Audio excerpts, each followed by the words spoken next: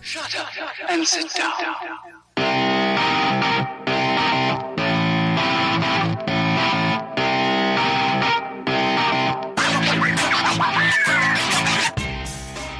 What is going on, dads? And welcome to episode 73 of the Dad After Dark Show, recorded on Sunday, November 28th, 2021. We're your hosts, Drew and John, and with our special guest, the master of Mario Golf himself, Hambone Jonny. Thank you for joining us all tonight for some Nintendo and roasted nuts. That's chestnuts, John. John, have you ever had a nice roasted chestnut? I actually haven't, no. Have you? Oh yeah, every year. I had some last night. Delicious. They're kind of a pain in the ass to make. Hambone, welcome to the show. First of all, have you ever had any roasted chestnuts? I have.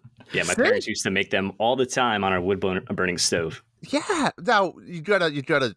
You gotta make a little X in them with the knife. Very dangerous. Very dangerous. An X? An X, yeah. You physically cut like an X into them, like, yep. And then you put them in the oven for like 20 minutes or so, maybe 25 on 425. You can bake them if you want. You can put them in the oven that way if you have a better way to do it. And then what happens is, since you created that X, they kind of peel open like a blossom, like a flower, John. And then you got to peel them when they're hot. That's the key. But it's also very difficult because they're like super hot. So you'll typically burn your fingers, a little bit of blistering, but you got to do it because you got to get them when they're hot, so you don't get the skin on them. So if you get the skin on them, right Hambone, then they're no good. You just might as well throw them away. I would say if you cooked like a dozen, you'll probably get like 4 or 5 really good ones, and then the other ones you gotta salvage what you can. It doesn't seem worth it, I know, but they're delicious.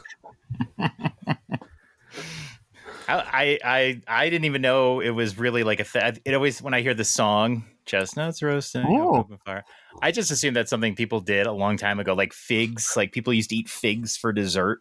Nobody does that anymore. I thought that was just the same thing. I didn't realize this was like something you did. Either. You know, about $9-10 a pound. You know, you gotta find them at your local grocery store, your market.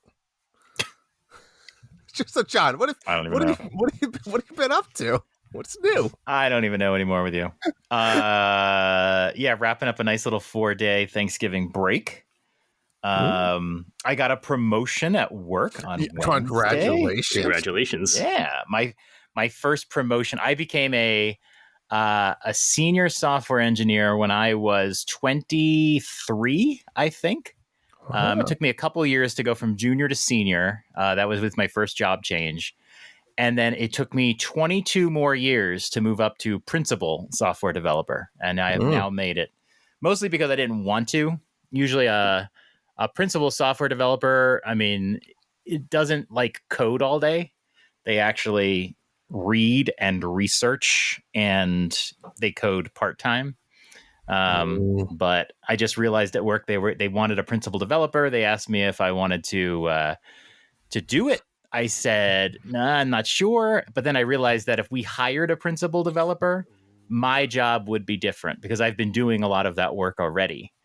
So then I said, yeah, you got to apply for the job because you want to be the boss. You don't want that boss. I know where you're at.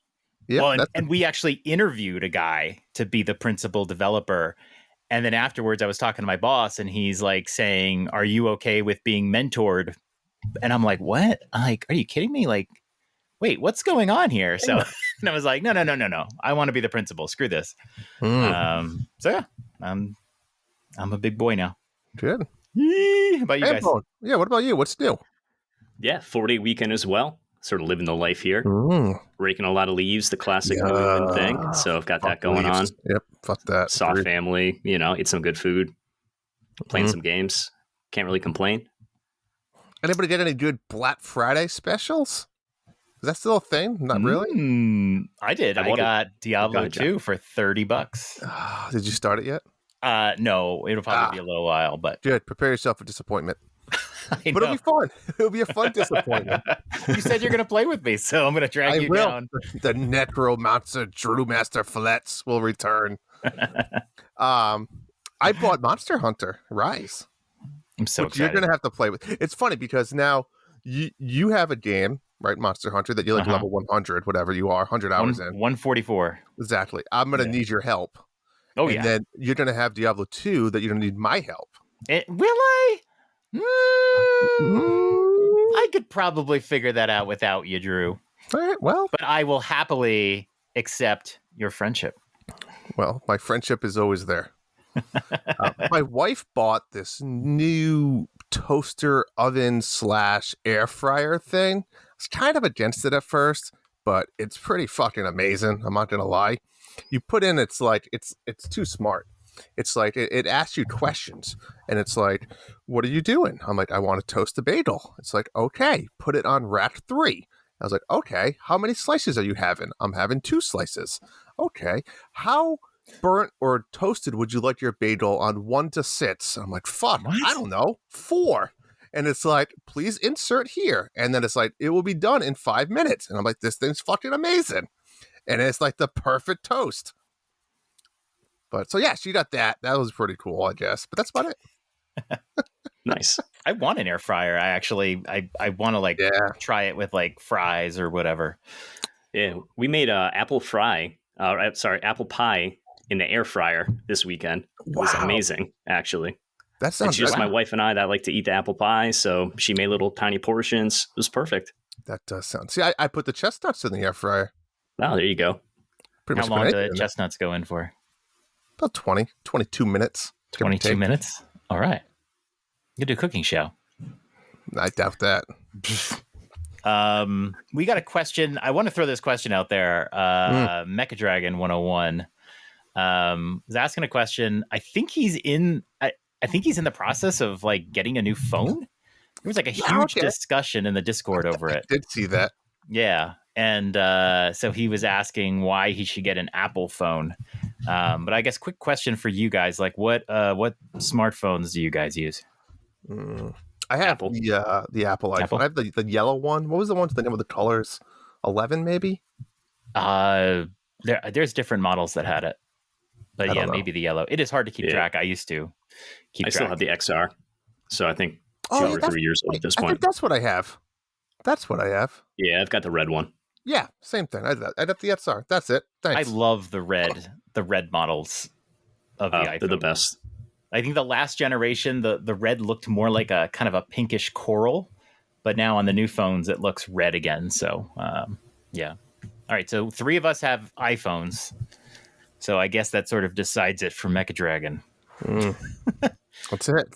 I told him I like the walled-in garden approach of Apple, because for about 9 months I had an Android. It was like a Samsung Edge, and I swear I felt like a system administrator. There's so much like management that you do on an Android phone, and I appreciated having less options. You know, sometimes people just want no options, and this is what you have. Yeah. You know? Yeah. Sometimes that's better. Yeah. I like the iMessage.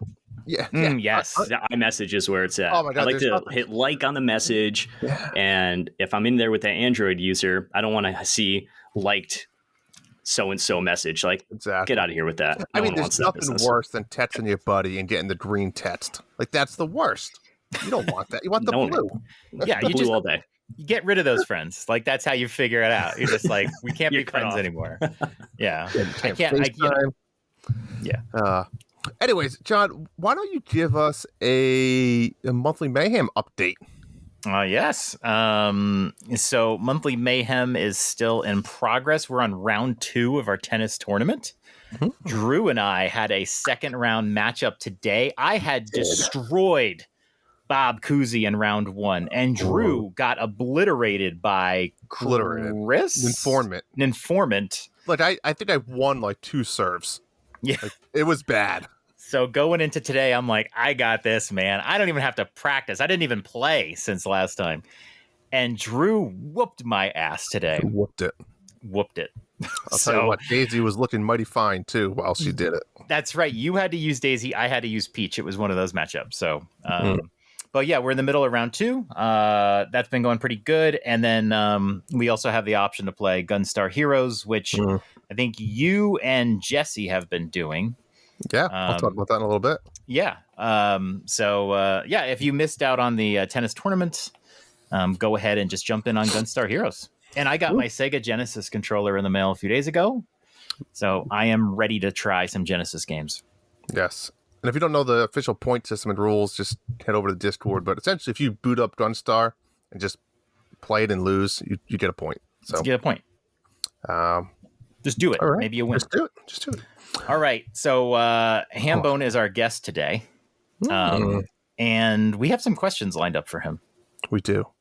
Yeah. I think this will be our new tradition. We don't have a lot of guests. But yeah, we got some questions for Hambone. What should we should call this something like the gauntlet. The gauntlet. I like that. You're entering the after dark. Right. I'm slightly nervous, but also very excited about the gauntlet. Be both. You should be a little bit both. We need like a sound effect, healthy, right?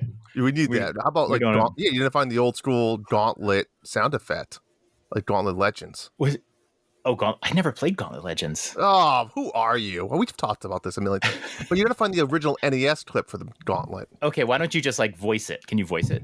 I don't. I have no idea. I don't know. It was a long time ago.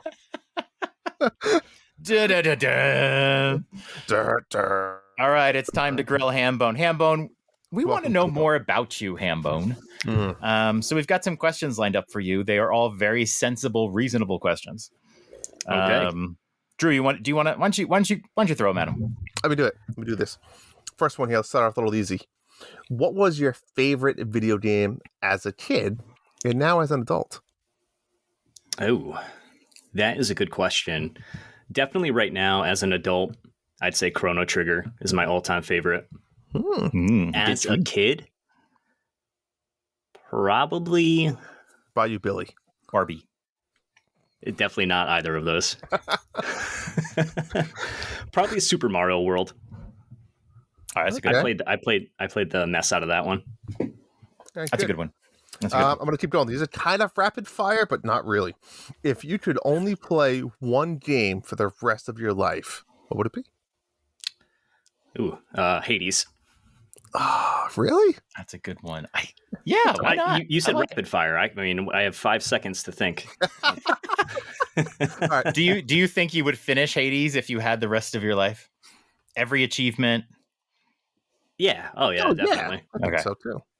All right. This next question is a pity back off of episode 71. I hope you listened to our episode 71 when we introduced a new segment of World Records. Religiously. Every week I listen to you guys. So in that case, then, how many drinks have you ever had in one sitting? It's probably more than John's world record thought of 26. There's no way he's drank more than 26. Yeah, but to say that was the world record blows my mind. How big can a stomach be? More than 26 beers. Anyways, Hambone, the floor is yours. Yeah, sure. It was no time recently, but I do remember in college picking up a couple 30 racks of Natty Light with some buddies. And when I say some buddies, there were 2 of us. And in the morning, there were no more beers. See? More than 26. So roughly in the 26 range, I'd say. Wow. But the Natty Lights are like drinking like one of those is like drinking. Exactly. 4 of those is like drinking one beer sometimes. If you apply my body size to Andre the Giant and like proportionally, like you might have the world world record. It's about even, right? Oh, it's like world record per capita or something like per pound. Per pound. Pound for pound champion. Pro tip, never play beer pong with hard liquor. Learn that the hard way. We used to do Mystery Cup. That was never fun. Yeah, Mystery Cup. All right.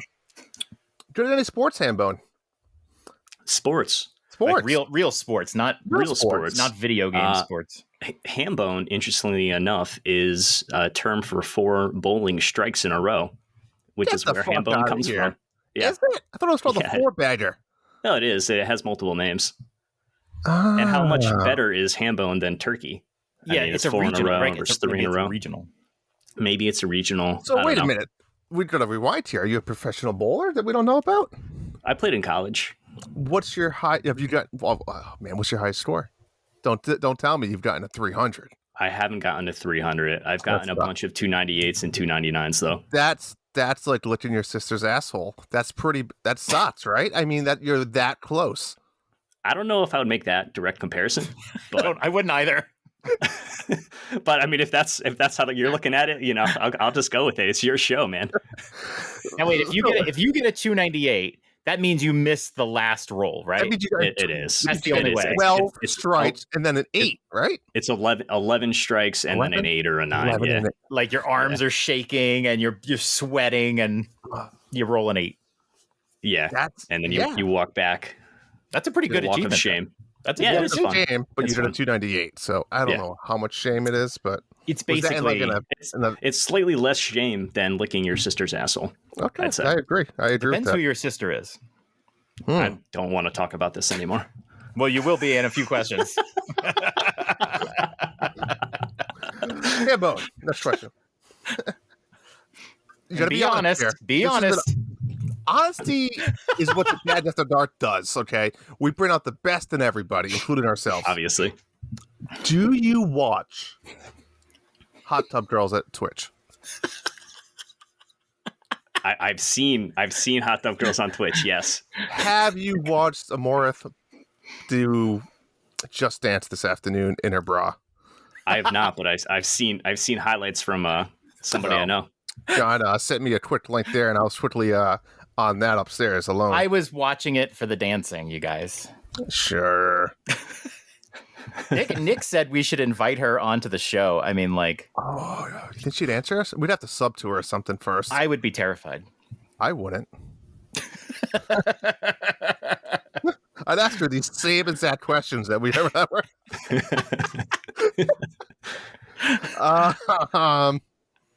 John, I bet you she's drank more beers in one sitting than me and you. Oh, probably. I don't know about Hambone. He's 30. All right. Who's your favorite Nintendo dad? Oh, that's rough. Watch out. They listen. We're doing the core 4, right? This is Tim, Jesse, Justin, Marty. All of them probably listening right now. Probably. I think Tim. Let's go Tim. I'm Team Tim. Tim it is. Tim it is.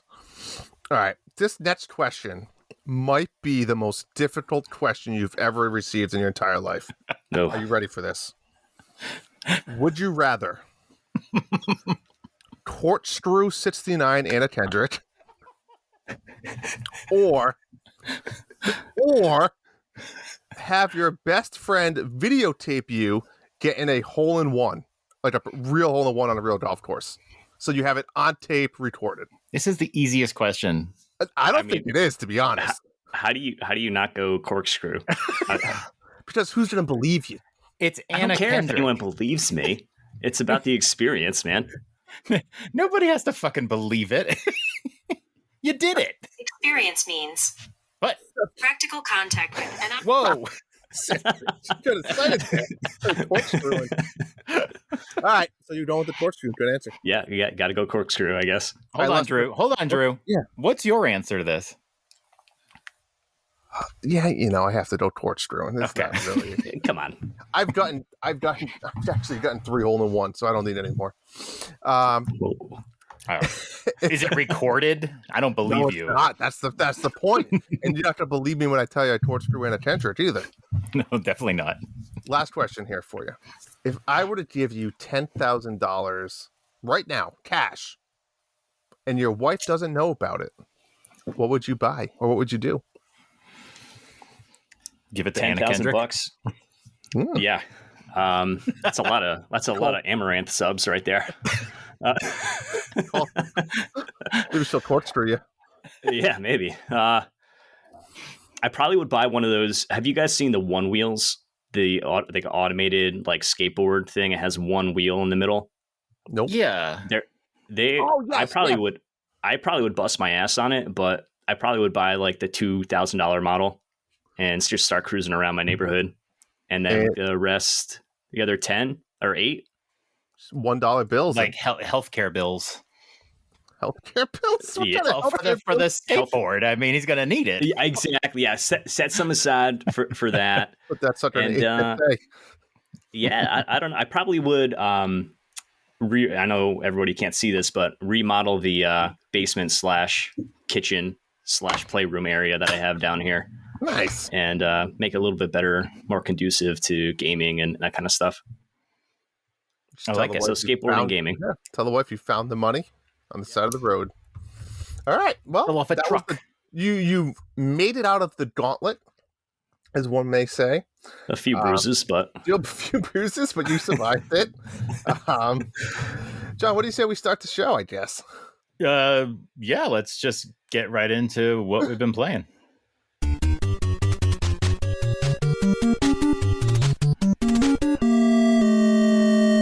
All right. This is the problem with multiple people.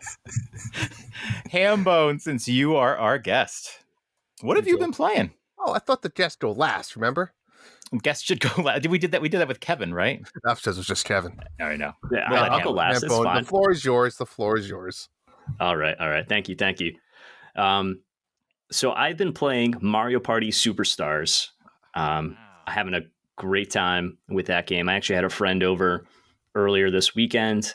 We put in a bunch of time to Mario Party, and we played the boards a couple times, but what we sunk in probably over an hour doing were all the sports mini games. Yeah. Have you guys messed around with those yet? Volleyball, hockey, shell soccer. Shell soccer, man. Shell soccer is No joke. the best game on Mario Party Superstars.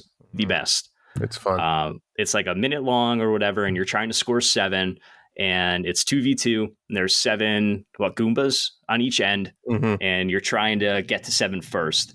And sometimes you can kick one and kick a shell and knock out one Goomba, and other times you can kick a shell and knock out like 5 or 6, and it just gets real intense back and forth. So that was a very good time. Also been playing Pokemon. Sorry. Hold on. Is that an extra game, or is that part of the Mario Party mini game? What collection? I'm really confused about is that I've never seen that come up in the 2v2 mini games. Yeah, I think you have to select it from the mini game, island the or menu ones or whatever. do not. They're a little bit longer, I guess you could say, than the average mini game, though they can be. But yeah, there you have to go to the island mini game hub and play those few there. But yeah, the rest. I mean, how good is Super Mario Mario Party All Stars or Superstars? Sorry, it's amazing. It's so really good. Polished. It's so exactly what you want it to be. Yeah, I mean, if you don't like Mario Party, you're not going to like this. But if you're a classic Mario Party fan, this is the game you've been waiting for. Yep, agreed. I should buy it. I haven't bought it yet. You should buy it. It's really fun to play on. I don't know. Online infrastructure is really good too. Yep, I literally just played this afternoon. My kids are so fucking cheap. We play 10-turn games and they start handicaps with 3 stars each. I was like, it's fucking impossible. And then they want me to throw the mini games, and I'm like, this is bullshit. I can't win the mini games. You have 3 stars. How am I supposed to win? They're like, well, you're not supposed to win, Dad. I said, bullshit. I'm out. It's about the experience, Drew. It is about the experience. You're right. I'm sorry. I heated there. Hey. What else? Oh man. All right. Yeah. So Pokemon Shining Pearl. I'm probably about halfway through. I've got 4 badges. I don't even know what gym I fought. I don't know, the 4th one. I haven't been paying attention to it too much. I'm naming all my Pokemon ridiculous things. Nice. I've got that bird and Twiggy are my 2 mains. I couldn't even tell you what actual Pokemon they are. But I'm having a good time with it. Just kind of going through. I'm a classic Pokemon Blue Gen 1 player. I fell off all the way until like Sun and Moon, the year my son was born. I needed something when, staying up late with him and whatever. Little DS right in front of me is playing Pokemon, but everything in between is sort of a land of mystery. So I'm just going through and trying to have a good time. So that's a good time. And then I'm playing a bunch of games that I've played before. I've already mentioned Hades once today. I will mention it again. I'm still playing Hades on Xbox. It's great. I can't get enough. Do you have any like new goals right now? I'm just trying to do all the achievements on Xbox basically and just slowly chip away at them. So I need to like max rake all the keepsakes. I'm a few away from there. I need to get the Chthonic Companion from Thanatos is the last one I need from him. And then there's a few I need to get to the epilogue, and I think that's it. And I'm sort of done with that. I don't know if I'm going to attempt another 32 heat run. That's kind of madness, but Yeah. How many hours did you have in that? Switch, I had over 100 hours, and I probably have another 40 hours or whatever on Xbox. What's the performance like on the Xbox compared to the Switch? Because the Switch felt like is great. I mean, I never had a problem. Performance the same. Is it? Okay. Looks that much better. Yeah, it's just, I don't know if it's optimized or whatever, or if it's just on the big screen or what have you, because I played a ton of handheld when it was on the Switch. But, right. Yeah, it's a great game. I know you guys have both played it. You should play it again because it's that great. I got tempted. It was on Game Pass, right? That's why I'm playing it again. I'm like, I got tempted just to try it to see what it looked like, and then I was afraid I would get kind of addicted to it because I do want to get back to it someday. And now, especially with OLED, I do want to get back to it and work on achievements, especially some of the weapon achievements. Try to get all the weapon upgrades and stuff. I just haven't yet. There's so many different ways. I mean, it's the same game over and over, right? If you're crawling through the dungeons, but all the different weapons they give you and the power ups and everything, the runs really get unique, and I don't know, it's just a great time. What's your favorite weapon? The weapon I have the most fun with is the twin fists. Okay. But the weapon I do the best with is the rail. Rail and the gun. Yeah. I like the gun. I like the gun and the spear. Spear's good. Spear I feel is a little slow for my kind of play style. The fists, you can get through a run in like 20 minutes with those things if you know what you're doing. Really? Yeah, I did not know what I was doing when I used that weapon. That was my least favorite. I agree, John. I sucked with those. Yeah. Yeah, the fists are fun. I like the spear. There's one upgrade that makes the spear go much, much faster, but if I don't get that, I know what you're saying with the spear. Agreed. Yeah. The what's the one where you throw it and it's like it explodes. I think it's actually called like the exploding spear. Oh, or something like that. Man, that's my favorite boon or hammer upgrade for that one. Yeah, you guys should go back in and play again. You're starting to make me want it. But... It's super fun, man. Great game. Love it. GTA San Andreas, chipping away at that. The remaster on Xbox. Okay. That was my question. Yes. And not Switch. Maybe a few hours into this one, I forgot. It's probably been a good dozen years since I picked this game up. I forgot how the language can be in a GTA game. How do you forget that? That just seems like the most obvious part of it. I think that specifically it might not be family friendly. I think the family friendly aside, I just think that the San Andreas setting, in today's context is I don't know. I'm having a little bit of a hard time getting through it.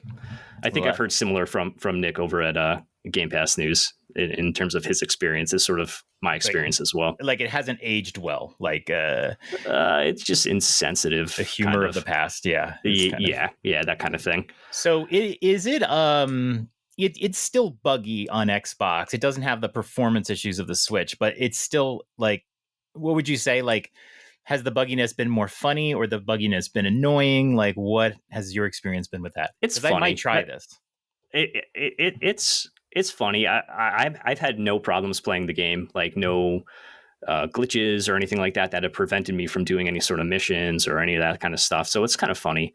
And it's classic, GTA gameplay. So I enjoy that, and driving around the city and running into telephone poles. Classic stuff. Right, I just did the mission where you have to mod the car and go to like the car show and do all the hydraulic. It's sort of like the DDR hydraulics in the car. I don't know if you guys have played that one, but it's a good time. I've never played a GTA game. You should try it. This is my favorite one. I'll give it a try. I'm going to give San Andreas a try once I get back on Game Pass. Mm-hmm. The other game that I've played before, actually earlier this year with you guys, that I'm playing again, is Dicey Dungeons. Yeah. So my buddy who came over earlier this week, I played it a little bit with him when we had played it, months and months ago earlier this year. And I was like, hey, guess what came to Game Pass? I'm like, Dicey Dungeons. So we fired that back up, and we've been playing that a bunch. I've actually prioritized all of the witch missions or all the episodes first, just to get those out of the way. Because if I know if I did those, I'd be like, all right, well, my path to completion is set. I've gotten the hardest ones out of the way. And so I chipped away at some warrior yesterday. I did a couple thief. But robot is still my favorite. Robot's the best. Robot is the best. Love the robot.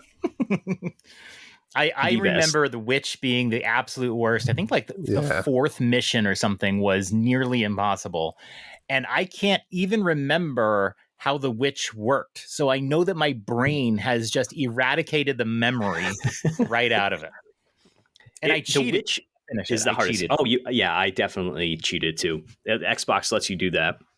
You just hit pause if you hit pause if you are going to lose the match, and then go back to the title screen, and then just go back in, and you're at the start of the fight again. Yeah, fuck. So no shame. Definitely did that multiple times with the witch. I haven't had to do that with anybody but the witch. But yeah, it's a good time. But so yeah, the witch, you have a list of 6 spells. Yes. And you have a dice assigned to each one of those spells. And then you have 4 card slots that you can actually place those spells. So you have to first roll a die and get lucky to place the spell you like, to then put it in your board and then apply a dice to it. So yeah, the witch sucks. Yeah, it's very RNG. It's, oh man, that's the worst. It is. That's why I don't feel bad kind of cheesing that one. Oh, but, cheat it, man. Yeah, absolutely. But still, super fun. And then 2 newer games that I haven't played before. I've been dunking a lot of time into Forza Horizon 5. Mm-hmm. I don't know if you guys have played that at all. I know, Drew, you haven't, but I will be playing that one. I'll tell you, it's a lot better than Cruise and Blast from a racing game perspective. Totally different, but Forza is amazing. It's a little bit of analysis paralysis with as many icons as they give you on the map. There's just so much to do. But sort of in the vein of GTA, for hours on end, I would just drive around, and there's these little XP boards you can find, and some of them are just on the side of the road. Others you have to like go off a jump and just right to hit it. So kind of just messing around with the car and flying around is super fun. I got to ask Hambone, and I don't want to go off on a tangent here, because obviously Forza has been around for quite some time now, and it's getting to be known as the one of the best video car racing games, right? So is it like an open world type thing? Open world. So yeah, it's an open world, big map, a bunch of different kinds of races, 500 different cars. You can mod the cars. It's sort of it's arcadey, but it has some realistic physics to it. And there's just a bunch to do. So there's millions of different little, like you said, open worlds. You can kind of go around the different areas to do different little missions or different quests, or like you said, hit a jump, find an unlockable, whatever it might be. But yeah, exactly. Okay, that was fun. Yeah, it's actually really fun. Yeah, there's 2 different kinds of Forza games, actually, Drew. There's like Forza Motorsport, which is the realistic simulation, and then Forza Horizon, which is a little more offbeat. Yeah, I played Burnout Paradise. What was it, like a year and a half ago or so, when that came out on the Switch? Yeah, very similar. Yeah, I had been watching, like, I think Tim's Let's Play, and I was never going to get it. And I was like, it looks like it's performing pretty well. And then I just got hooked on it. I think it was like 30 hours, and I was trying to like 100% the thing. And it just drove me just nuts, because there's so many like things to find. So that's kind of kept me a little worried about Horizon, but I'm definitely going to give it a go. Well, you need to. Yeah. Forza's like that. I'd say like ×2 though. There's that much more to do, which isn't a bad thing.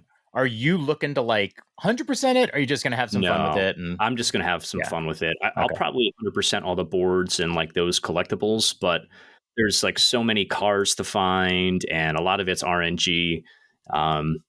So yeah, I'll do all the races eventually. I'll do all the challenges, but I'm not going to try to go and find every single car or whatever. Okay. I have also heard that you can just use the starter car the whole game. Like it's not like you need to find some souped up car, upgrade some souped up car. So it's kind of cool that it sounds like most any car you can use in the game. You just pick what you want. Yeah, what's really cool is that as long as the type of car fits the race that you're trying to do, whatever car you pick, they give it letter grades from like D to double S. And whatever car you pick, all the other cars in the race will scale to whatever your car is. So if you pick an A car, all the other cars will be A cars and around that same sort of engine strength and that kind of thing. So it's pretty cool. So if you pick a really lousy car, you're going to go against lousy cars? I did a race the other day in I think it was either a GMC Jimmy or some sort of like old, I don't know if you guys are familiar with the term, the Chester the Molester vans. I have an idea what you're talking about. It's those white vans with no windows in the back, and they're likely rusty, and you don't know what, hey kid, do you want some candy type of van? So I did a race in one of those, and it was just 12 of those on the field going 40 miles an hour around this dirt track. It was kind of funny. Nice. Yeah, and then I guess the last game I'll mention I started yesterday was Death's Door. I am 4-ish hours into it. That's pretty far. Yeah, I chunked out some good time last night with that. I beat the first. I know I don't want to get spoilery, but I beat the first boss, and I'm now in that second area. Better than I did. So yeah, I'm having a good time with that one. Nice. Drew, why don't you go next, and you can start with your experience with Death's Door, because I want to hear some. So Death's all three Door, of us have played it. I picked it up. I actually beat it. I finished it today, and I have some issues. So this was a lot of hype, right? What is this? Devolver? Is it Devolver? Devolver Digital's the publisher. Yeah. So pretty big, right? Pretty big developer, and it had a lot of good ratings. And we'll talk a little bit more about that, but I had some issues with this game. I had to write them down so I didn't forget, John. I put that the world is shallow with an empty environment. Now, what I mean by that is the world is large, right? And don't get me wrong, the actual environment or theming, I'm okay with them. They're kind of unique and different than the typical, like the typical forest, fire, snow level, whatever. But I feel like there's not a lot to do within that environment. Sure, you can break some pots, you can break some boxes, but 98% of the time, there's nothing there. I understand it gives you a little bit of a magic boost. But I don't know. I feel like it's very empty. Like there's not a lot of reasons to really explore it. I think the upgrades that you can go buy are very weak. I feel like I upgraded a lot and I never felt that I didn't notice a difference. Could I ask about the upgrades? Sure. Which ones did you prioritize first? I went with I was heavy on like the ranged attack, so I focused a lot on that last one. I forget what they call it. Yeah, like the magic one. The magic one, and then I did a little bit. I don't know if it was dexterity that I think it also helped with that one. So I kind of went off of those two. By the end of the game, I was pretty close to matching all of them, I will say. My biggest other gripe was the story. I think there was a very lack of story, and I'm not trying to spoil anything for you, Hambone, but I feel like, and John, you'll know exactly what I'm talking about, the story shines in the last hour of the game. Yeah, I can see that. The first 9 hours, or whatever it took me to beat, 11, 12 hours, it was like, it's not there. And as you probably know, Hambone, like, yeah, you're collecting souls, right? That's your job. Like, you're going into the real world and you're collecting souls that are trying to linger in, and you're bringing them back to like the underworld, essentially, right? But they don't really tell you much why or what the reasons are. It's kind of a lack of story in my it's sort of backloaded. Like your job is to go collect souls or whatever, and you're just supposed to accept that. But then later on, you'll get some story about that. That like happens in movies too, where you're just like, what is it? You're trying to understand it, and it's like you'll understand it later. Like you're not supposed to understand it now. Very later. Yep. Yeah. I don't know about you guys, but like where to go next, getting lost. I told John, I said, I called John today on Discord. I told him, I said, John, I'm lost. I don't know what the fuck to do. I said, I have 2 souls, but so the first soul, the witch, I won't get into the details. I beat that entire world, the entire level, but never fought the boss. I've moved on. I beat the second level, the second boss. I beat the third world, the third boss. And I'm like, well, fuck, I only have 2. I need 3. Like, and I had to go back and like, it let you progress without really. It's open world. It really is open world. You can go either way you want, Yeah. right? You don't need to do that order, even though it kind of pushes you that way. The problem is it's not a linear game, though, so it's like it's very easy to miss where you're supposed to go. There was one line of dialogue that told you what you needed to do to find her, and if you miss that, then I'm sure you find yourself in your situation. And the last thing I'm going to mention is the combat. I played a lot of hack and slash games in my day.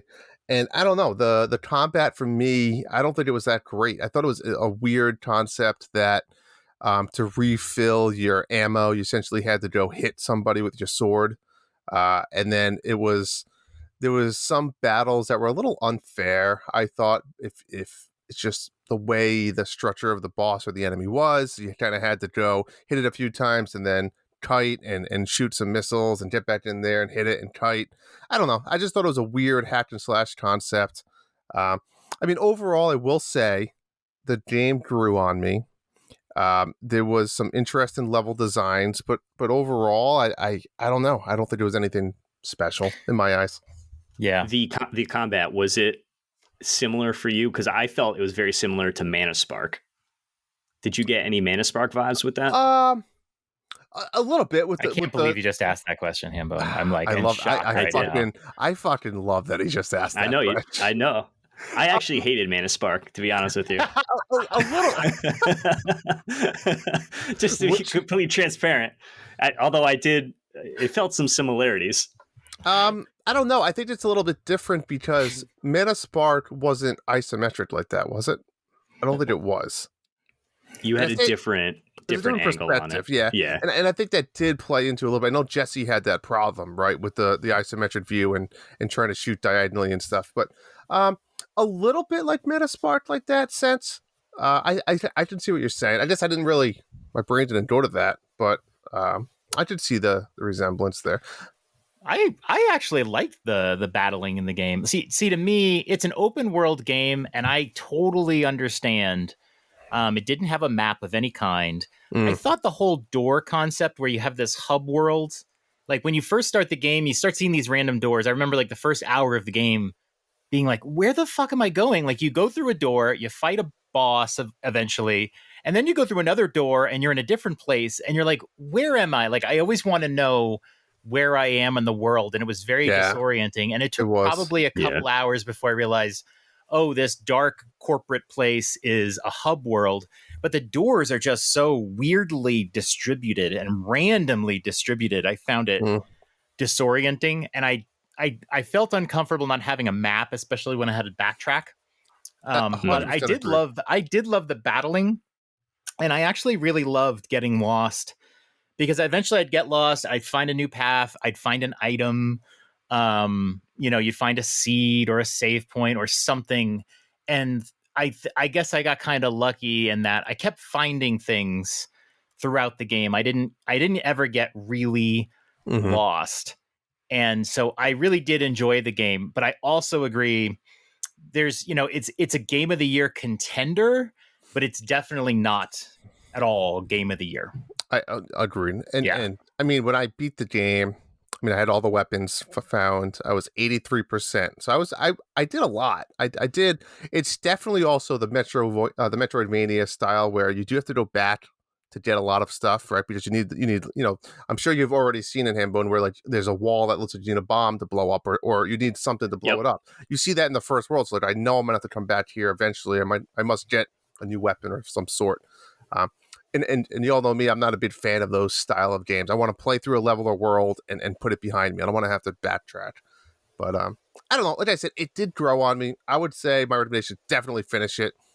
The story was kind of cool towards the end. I agree, the last hour, the story was there. There was no story the first 90% of the game, which to me, it is what it is. That was their choice of how they wanted to tell it. I'm going to add to the post game is really fun in this game. Well, when you say post game, you just going around, you mean in collecting the stuff that you missed?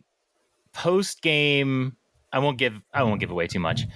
Post game, there is tower. There's a bell tower. Oh, yes. And I didn't go there. You can change the time of day with the bell tower to night. And basically the world becomes almost empty. And there is a whole bunch of stuff you could not do before that you can do now. So you pretty much can revisit every place that you've been and find something different and some new storylines. And I had so much fun going through all that and getting to the, the 100% ending. As with completion stuff, there was also a lot of tedium and boredom involved in trying to get every last seed. One of the achievements is to find every last seed and every last save point, because there's only enough seeds for save points. And I didn't have all the save points, so I was looking for a save point, and this is like by hour number 20. You mean the health seeds, the flower? Well, yeah, thing? you find the seeds and then you put them in the pot, and that becomes like a save. Not a save point. Is it a save? It is a save point. I thought it was a health. I thought it was. It refills your health. A health thing. Yeah. Yeah. And it's not a save point though. No, if you die, you'll go back to the last door. Or last. Oh, you're right. You're right. It is a health. Yeah, you're right. It's a health thing. So I hadn't found all of the save points, and I was looking, but the thing that was really annoying was I also didn't have enough seeds because I had 0 seeds on me. So I knew I had to find that health point and the seed, and I did not know where to look. You have no idea. It's not easy to look up because it's hard to remember all the places you got a seed. So, but I did. It was very satisfying to 100%. I actually had quit the game twice. I was like done. And then I went back and played anyway until I finally got it. Wait, so you did 100%? I did 100% it, yes. Oh, I got help on a couple of parts at the end. It does have great post game, so if you do play it, you'll enjoy it. All right, a few other ones. Monster Boy. We finally fucking finished it. What a fun game. I really recommend this game to anybody. This was just a fun game. I wasn't expecting it to be as good as it was. The reason I played it originally was, if you don't know, this is an old school Sega game, Monster Boy. My wife played this growing up with her brothers, and she's like, so I bought it really for her, and me and her ended up, we probably split the time 50-50, but we both got obsessed with it. We played up, and it was a lot of fun playing with her through it, but it was a great game. So we finally beat it. Gunstar Heroes, part of the Monthly Mayhem. I played it. This was another childhood game I played the shit out of. Good co-op game to play with somebody as well if you want to do that. Did you use Rewind, or are you just like that good? You did not use Rewind. Oh, I don't believe that. I used a couple save states in the last few levels, right before like a boss, but I did not do Rewind. I don't really ever use Rewind, to be honest. I admit I'll do some save states, like right before a boss battle or something, if I can't save before that. But I don't know. Rewind, honestly, I kind of forget about Rewind a lot. But no, Gunstar Heroes is... After you beat the 4 levels, I'm just going to say there's a lot of game left. It doesn't just end there. There's a lot of game left. It just keeps going, and save states will be your friend if you never played this game before. So I recommend that. And then lastly, Pokemon Pearl. I've been playing as well. So this is only the second Pokemon game I've ever played. I played Let's Go Pikachu. I played with the kids, 5 and 7. They loved it. They became obsessed with Pokemon. So this is like now my tradition. I only play Pokemon with the kids. But there's a lot of problems with that, John. Because sometimes I let them play, and I help them and I tell them what to do. But like, fuck, it's like I said earlier about Mario Party. They want to change the Pokemon, and then they want to put in, the stupid little level 8 bunny instead of, my level 25. It's like, it's a pain in the ass. And then, God, I love my daughter, but like, she's reading the text, and I'm just like, she's in 2nd grade. It takes her a little bit longer to read the text than me. I'm like, push A, and I'm still reading it, Dad. So it's like, I feel like it's going on forever. And then, this happened in Let's Go. I feel like I'm overpowered where I am. Like I've only have 2 badges. My Pokemon are all like level 30, and it's just like I one shot like when I'm in the gym, like the gym trainers, like I'm one shot in their Pokemon because I think I'm a little too high of a level. But overall, it's a fun game. It's really interesting. It's a lot of fun. My son was upset the other day because we came across an Onix and I couldn't capture him. He was too high of a level. And again, I don't know the ins and out of the Pokemon lore because it's new to me, but I'm really enjoying it. It's fun. Who did you guys pick as starters? We did the Fire Monkey guy. Chimchar?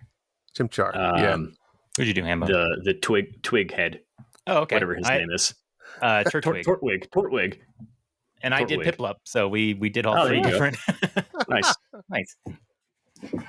Yeah, so the game itself is fabulous. It definitely has like the overworld vibe of the new Link's Awakening that they redid, kind of that feel and look of it. And it's interesting to see like the short little stubby characters, and then when they go into battle, and now it's like a normal character. Does it bother you that the chibi guys don't have noses? It really bothers me. Yeah, it's a but then weird... you go into the cutscene and there's your nose. Like, I know, it's weird. You couldn't have given me a little V or something. I hear you there. But yeah, the game's very polished. I mean, wouldn't expect anything else. Don't know what the hell I'm doing, but we're having fun with it. I think that's it. What about you? All right. Well, it looks like we have some nice transitions. I'll start with I've been playing Pokemon Brilliant Diamond. And yeah, I've played a bunch of Pokemon games. I did not start with Pokemon Blue. Drew, wasn't it on our last show where we looked up when that game came out? And it just seems more recent. Was it 98? Just seems more recent. It was 98 here. Yeah, like for me, I think of it as like, oh, that must have came out in like the 80s or something. And it's like, oh, wow, 98 is like, feels fairly recent. But my first Pokemon game was Diamond on the DS. So I was excited for this one. I have not played every Pokemon game since Diamond. I didn't play X and Y. I never finished Alpha Sapphire. But ever since I played Sun and Moon, I've played every Pokemon game that's come out. So I'm kind of an intermediate Pokemon player. I don't know the types. I don't do battling. I really don't enjoy the battling. It's just sort of a type war. But I enjoyed Brilliant Diamond.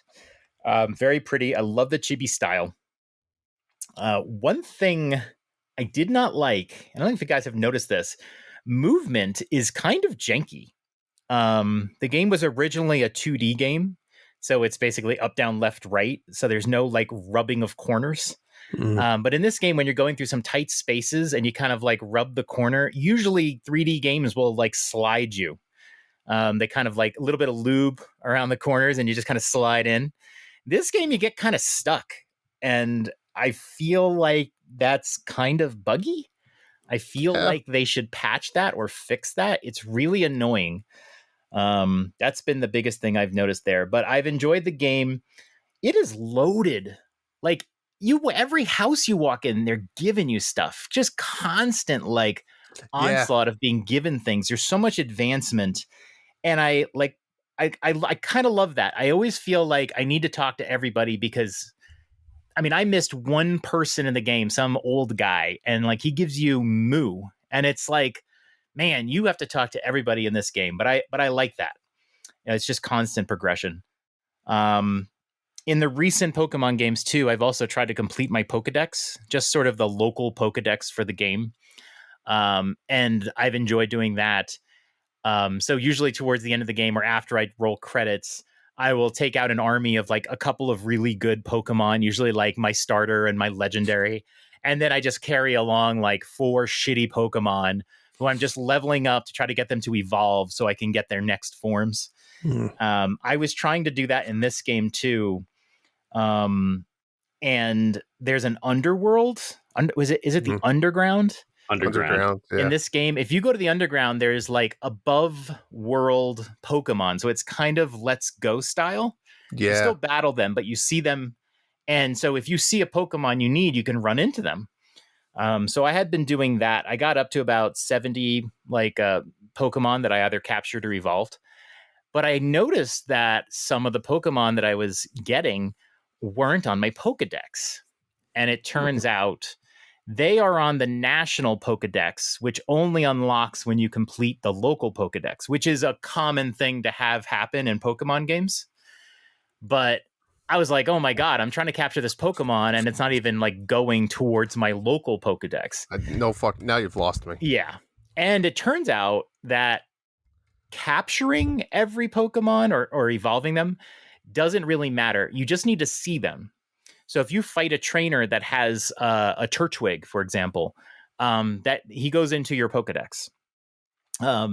So was it last night? Last night I finished off my Pokedex. I was using like an online manual or whatever to help like find some of the areas because they don't really tell you often where to find some of these Pokemon. The Pokedexes sometimes do, but they often don't tell you. And there was one Pokemon that only appears on Fridays, according to your system clock. And I was like, geez. And then there's one Pokemon you can only get with the honey trees. So I was doing some of that stuff last night. But the last Pokemon I got was the Friday one. And so that lets you advance. But there is a lot of post-game content in this one. I don't think I'm going to do it, at least not right now. Maybe I'll come back to it in the future. But I'm a little Pokemon'd out right now. So, but there is a bunch of post-game content. There's a lot of things you can do afterwards. So, yeah. Oh, by the way, the final fight against like the final four, huge difficulty spike. And I only beat the last guy because I had 50 revives with me. And the way I beat his last two dudes were like 50? Yeah, his last two dudes, it was like a Militic, and then I can't remember the name of the last one, were just like sponges, and the champion had like a bunch of restores. So as you were like taking energy away, he's adding it back. And the only way I won was first, the guy ran out of restores. Thank God. He has way too many, by the way. And then what I was doing was with my last Pokemon, I would revive the previous Pokemon. Then my Pokemon would be killed because he's just never was missing an attack. And then I would take that Pokemon I just revived and revive the previous Pokemon. And I ping pong back and forth with my 50 revives until the dude ran out of moves. And so when a Pokemon runs out of moves, they struggle and then they basically die. So that's how I did it. My son was watching me and he looked on without approval. He's like, really? This is what you're doing? Sounds cheesy. Yeah. So I'll say it's very difficult. What level were your like top guys? I was in the 60s. You can go to the underground. Once you're like in the 60s, if you go to the underground, all the other Pokemon are basically in their 60s. So if you want a certain type, go to the underground and just look for that type and you'll get a very high ranked Pokemon. That's a tip I would give. I didn't know that. I didn't really have a good grass type. But where can I get a Gyarados?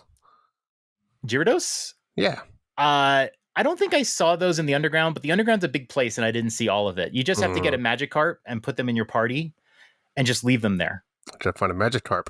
Yeah, they're like really common, especially when you first get the fishing rod. I just got the fishing rod, so just start fishing away? Okay. Yeah, put it in your party, never use it. In the old games, you actually had to use the Magikarp and then switch it out.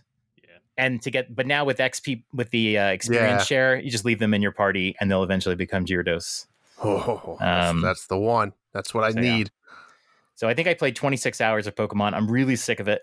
Maybe I'll come back to it. 26. I feel like I've already played 13 and I have 2 badges. The other game I was playing, and I actually did an episode on this last week, Shin Megami Tensei 5. I was really enjoying this game. I did the podcast on it, and then I really didn't play the game since the podcast until today because of Pokemon. I wanted to wait on Pokemon until Christmas break, but my son wanted to play it now. So I was like, all right, I'll play it now. And so, I pretty much went a week without playing Shin Megami. And it was kind of painful to get back into it because it takes more work and mental energy. And it's not quite as polished as Pokemon. But I had gotten past the first world, I think by the time I did that podcast. And there's like this little interim small world. And then now I'm in the second world.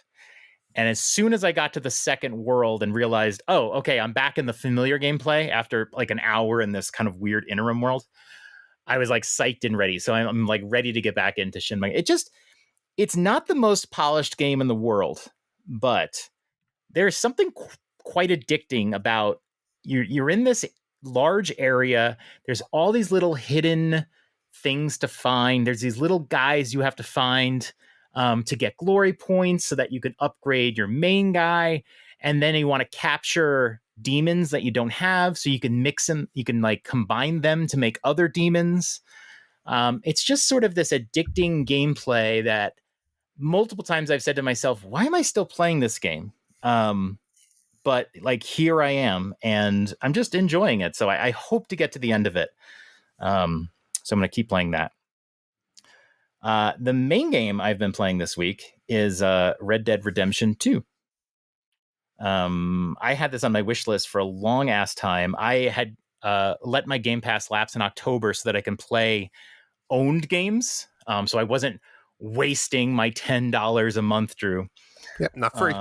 See, basically I saved $10. So I've actually profited on Game Pass at this point. Nope. It doesn't work that way. So I did buy Death's Door. So I had played Death's Door, but my Xbox collected dust for about 2 weeks because I had a bunch of games on my wish list that weren't on sale. And one day Red Dead showed up 70% off. And I was like, yes. I played Red Dead Redemption, the first one on PS3. Not too long ago, actually. I think it was like 3 years ago I played it for the first time. And I liked it. I didn't love it. But since then, as I've played other open world games, I kind of go, you know what? I really did like Red Dead Redemption. And so I was excited to play 2. I mean, this game has a 97 out of 100 on Metacritic. I've heard many people, tons of people, you know, those little like graphical lists people post on Twitter. Hambone, I know you've seen it. Red Dead Redemption 2 is like always on their list. I've seen people who say this is their favorite game of all time. So I was excited. And honestly, I would rank this game as like a good game. That's it. It's a good game. It has one major flaw. Graphically, it looks amazing. Animation wise, looks amazing. They're obviously Rockstar put a ton of work into this. There's just, you know, so, and like everything is voice acted. There's so many characters in every obscure place, and the side quests, you know, they all have little stories. But it has one major problem. It plays so slowly. It still drives me nuts. And Hambone, I can tell you're nodding. Yes, I was hoping you were going to say that. How long does it take to get on a horse? It's like, so come on, fucking slow. It's the worst. I was like maybe an hour or 2 in, and I'm like, I think I just lost my $30. Like, I'm glad I didn't pay $100 for this. I think I lost my $30. And the only reason I keep playing, I kept playing, is because I didn't want to waste $30. I will say though, I am enjoying it. When I sit down to play it, I am enjoying it, but it is still so slow. Drew, I have taken some video clips. I need to post them. All right. Like, when you play an open world game or a game like this, one of the best things is that addictive game loop. So think like Skyrim, think Breath of the Wild, think a bunch of games where you go into a dungeon, do some fighting, loot. Mm-hmm. Witcher 3 is another one. Loot, sell your loot, buy some stuff. Now you're stronger. Monster Hunter is another one. And now you're more powerful, and now you can't wait to go and hit another dungeon again or whatever. This game, like, if you do like a quest and you go on a train and you kill like 20 dudes, all you want to do is loot the 20 dudes. I want to go through and get their money and get their items, and I want to go on the train and pull stuff off the tables and loot. That's what I want to do. Number one, it's so slow. If you loot a guy, it's going to take like 7 seconds for the animation to have the guy has to, like, so your main character is Arthur. He has to walk over, line himself up with the guy, and then he'll like pick the guy up. He'll put his hand in his jacket, and you'll get some loot, usually like $1, right? Because it's the Old West. and then he's got to put him down. It's just such a long loop.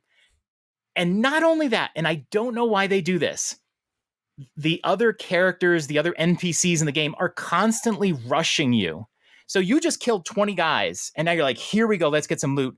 And there's always some asshole who's like, hey, Arthur, we got to go. What are you doing? And it's like, I just want to loot. I just killed these guys. It is constant. They're constantly rushing you. And there's even in the game, like law enforcement will eventually come.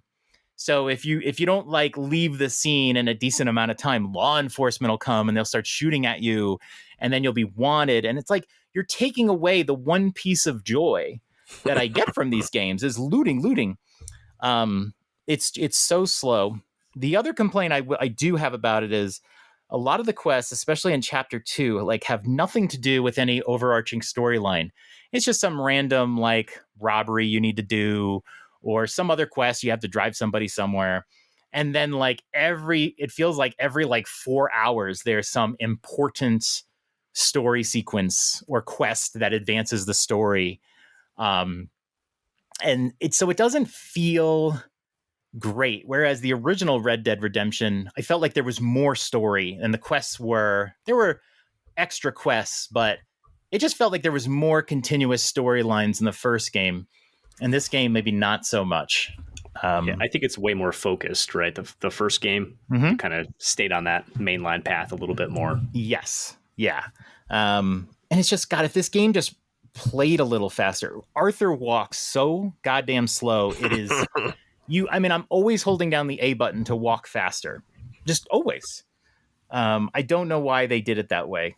But they did. So I'll finish it. It's just going to take a while. I'm actually looking forward to getting them on to Game Pass. There's like 4 or 5 games on Game Pass I want to play. Artful Escape, Psychonauts 2.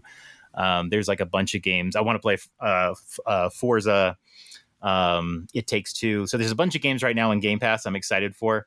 But I'm going to probably be on Red Dead Redemption for at least a couple weeks just because the game just plays so slow. So, but it's become enjoyable. Just that. So, yeah. And then besides that, I did do my second playthrough of Life is Strange: True Colors. Of course you did. I romanced Steph. I got all of the achievements, so I 100%ed that one. And then I got back to Monster Hunter Rise today, or the last couple days.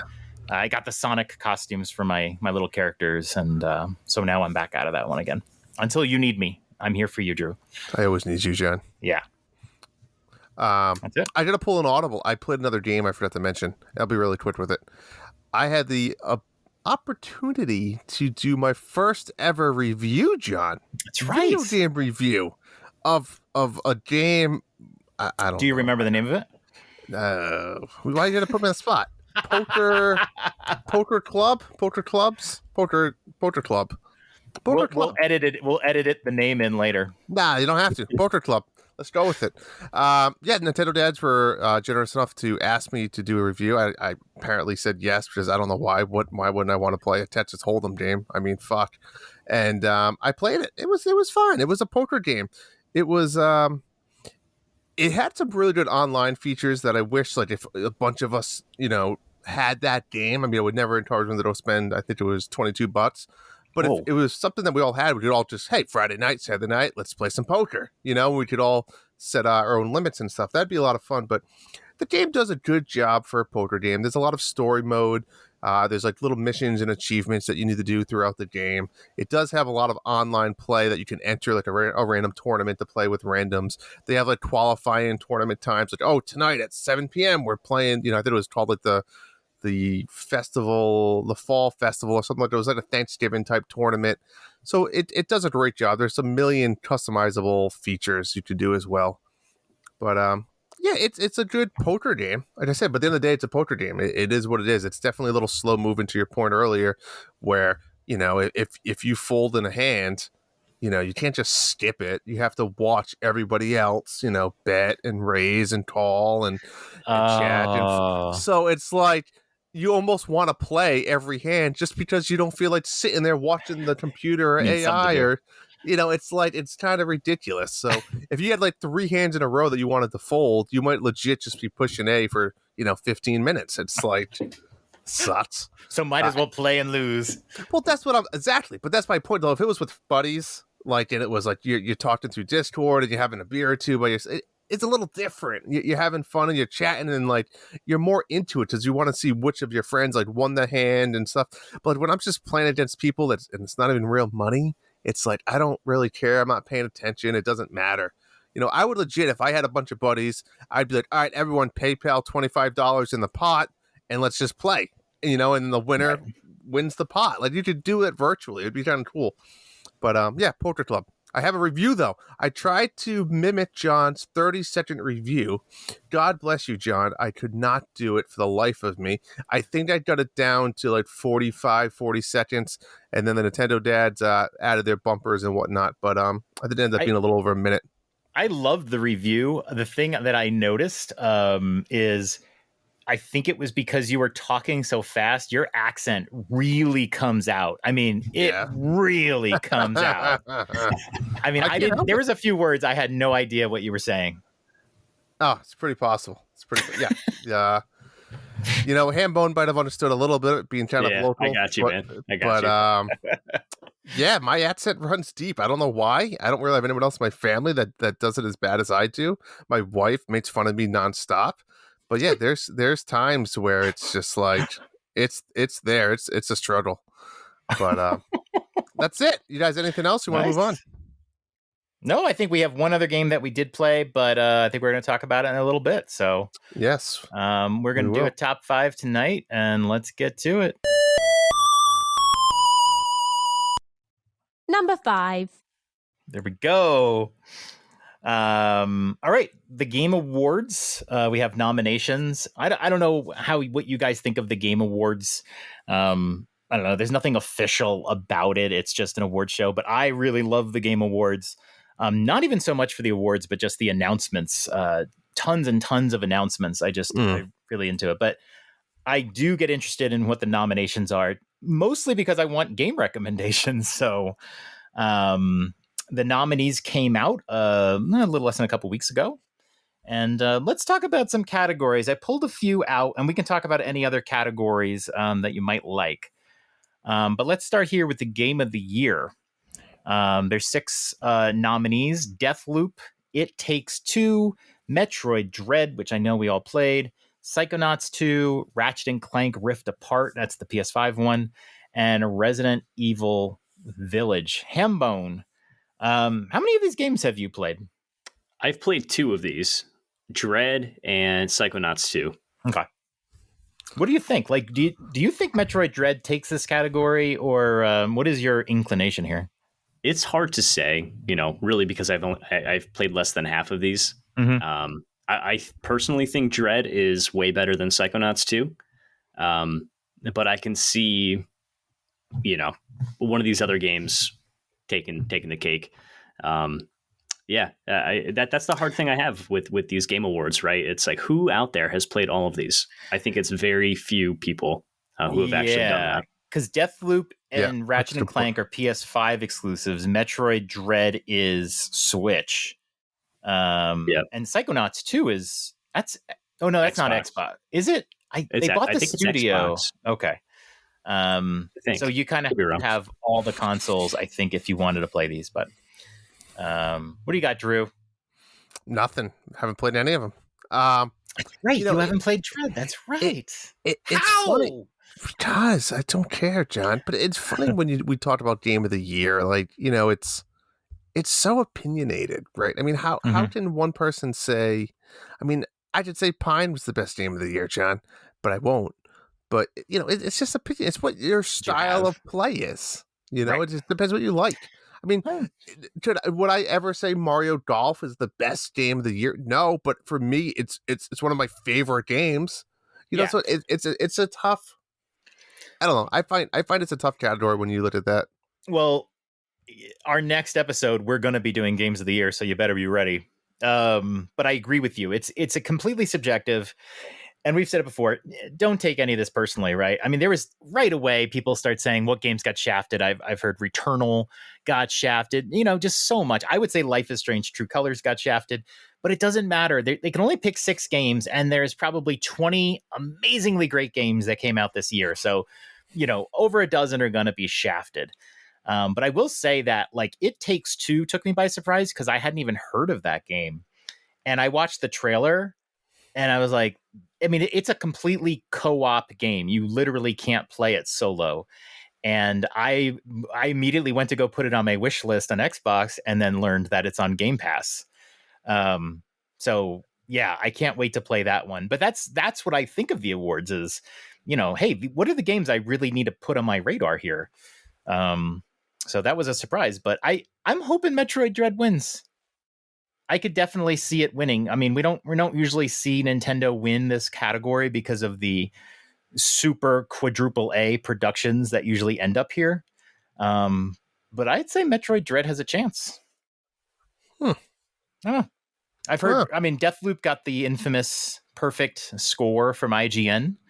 But I also haven't seen a lot of people talk too much about it, especially lately. So I don't know.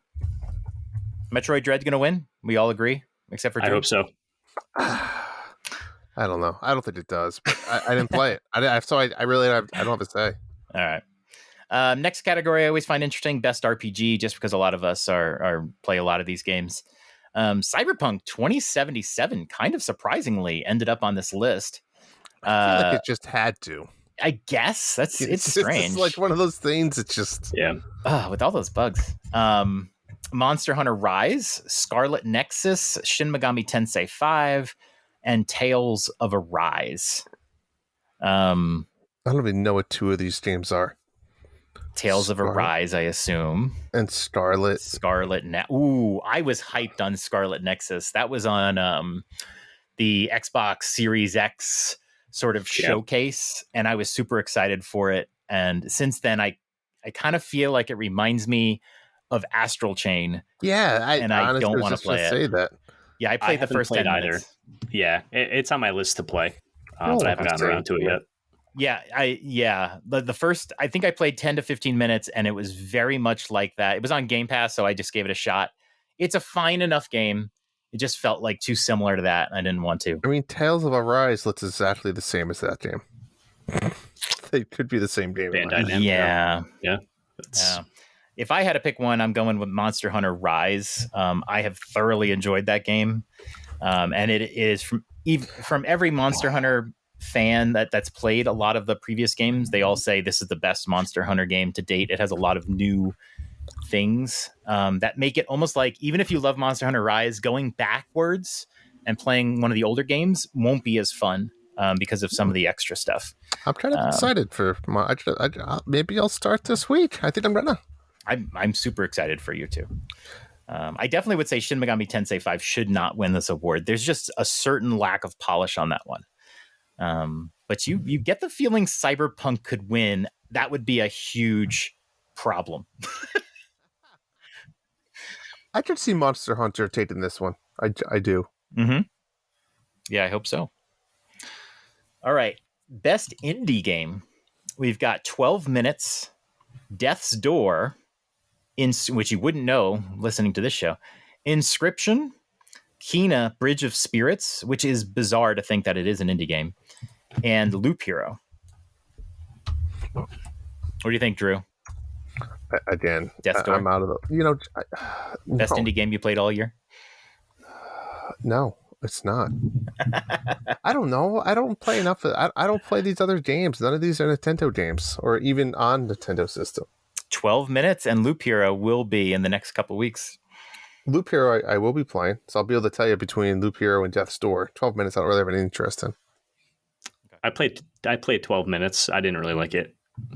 I didn't beat it, but I could see why it's on this list. I think if you like that genre, it was very well done. It just wasn't for me. Very genre specific. Yeah, I'm not familiar with Inscription.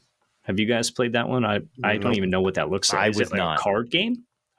I've never looking it up now. Looking at the picture, it says Stink Bug and Squirrel. I have no idea what that means.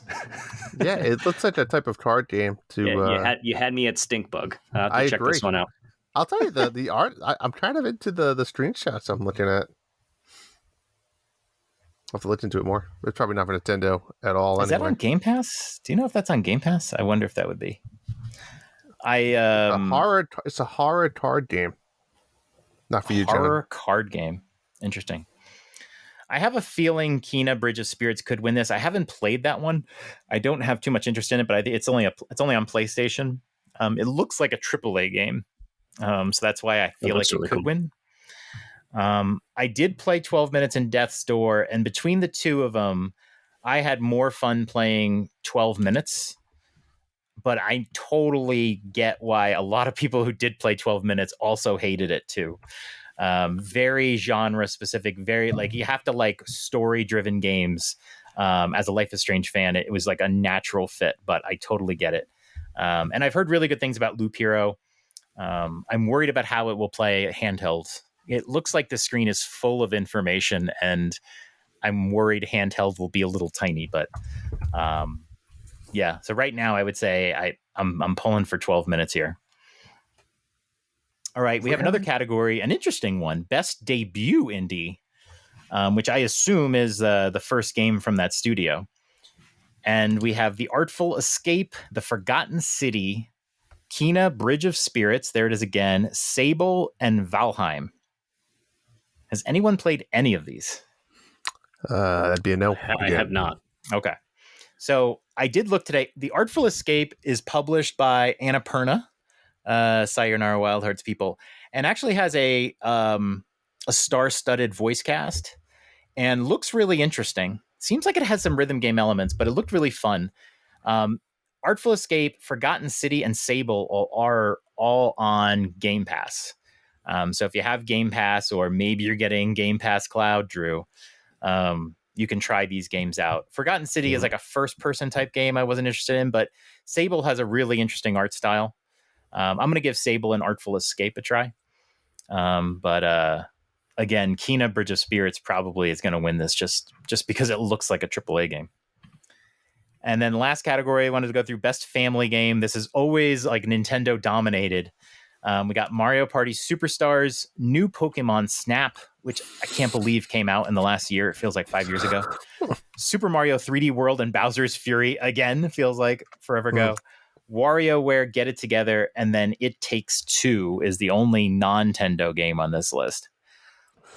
Is Nintendo going to get upset by It Takes Two? That's the question. Well, let's break this down really quick since there's a lot of Nintendo stuff, and I've played most of them. Mario Party Superstars, fantastic polished game. The problem here is it's not a new game, right? It's a rehash of all of their old stuff. New Pokemon Snap, not really what I think of when I think of a family game.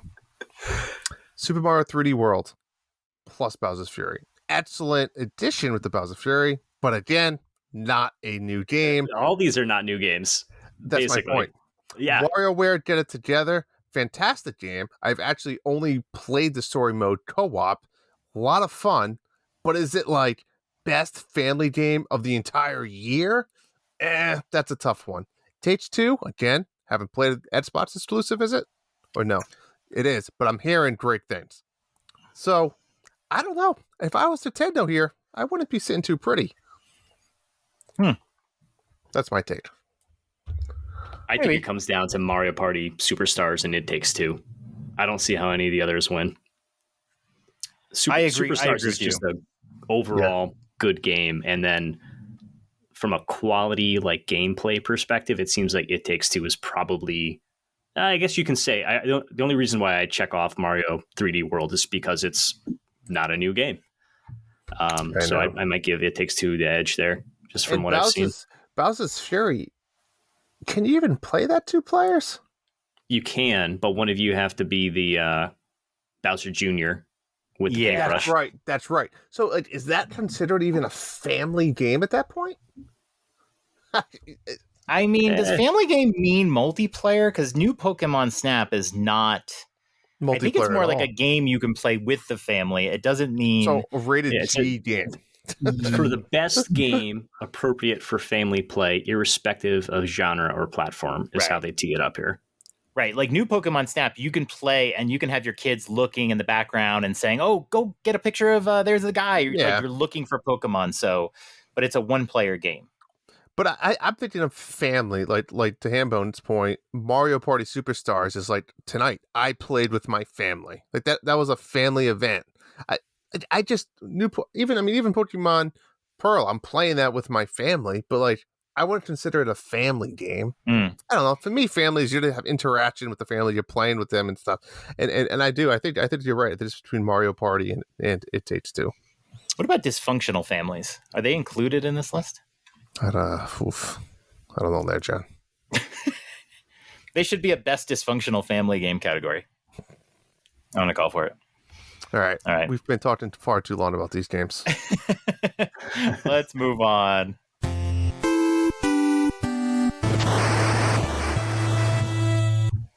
Number 4. Well, folks, you're lucky tonight because we have the two best Mario golfers. Maybe not. I did lose in the semis. But we got a lot of Mario Golf talk. We got to talk about it because this past week we got what Nintendo is calling the last free update for Mario Golf Super Rush. And let's just say, was this the best update yet? I think it was. Let's run down really quick what we got, and then we'll talk about a little bit about it. Two new characters. We got Wiggler and Shy Guy. Looks like an opportunity just to get some more color skins in there in the future. That's what I'm looking at. New courses. We have two. We have a par 3 course, Shell Top. What a cool little course here. Best way to describe it is kind of like I don't want to say sunset quite, but got that little oasis feel, kind of like the other one we got a little bit, but around the lake and some water hazards. You have the cheaps and what's the big purple guys' names? I'm not going to remember those. Which you can run into playing speed golf. You got to watch out for those guys. And then the other, Shelltop Sanctuary was the name of it technically. And then the second one, the All-Star Summit. This adds a new twist, a little bit, a new perspective, really, or new gameplay features to Mario Golf with all sorts of different fairways and hazards, and every hole is a Mario character. Essentially, it's pretty cool. And then we also got a bunch of new solo challenges we haven't done completely into. We got some single challenges, as well as we have target golf, which is pretty much it for those out there that are golfers. Think of Top Golf. Cool stuff. Hambone, what do you think? I love it. You're absolutely right in saying this is the best update we've gotten. The best characters by far. Wiggler is the man. He's the awesome. Wiggle Jiggle is my new is my new favorite. Yep. Shy Guy. Who doesn't like Shy Guy? Like, come on. Yeah. I probably won't use Shy Guy very much. I think he's very akin to like Koopa Troopa or Ninja or like that kind of character. But the courses are awesome. The Shelltop Sanctuary is beautiful. The layout is really fun. I think it's way better than New Donk City. Agreed. From a playability perspective, and All-Star Summit is amazing. When you think Mario Golf, like final course, that's what I think. Agreed.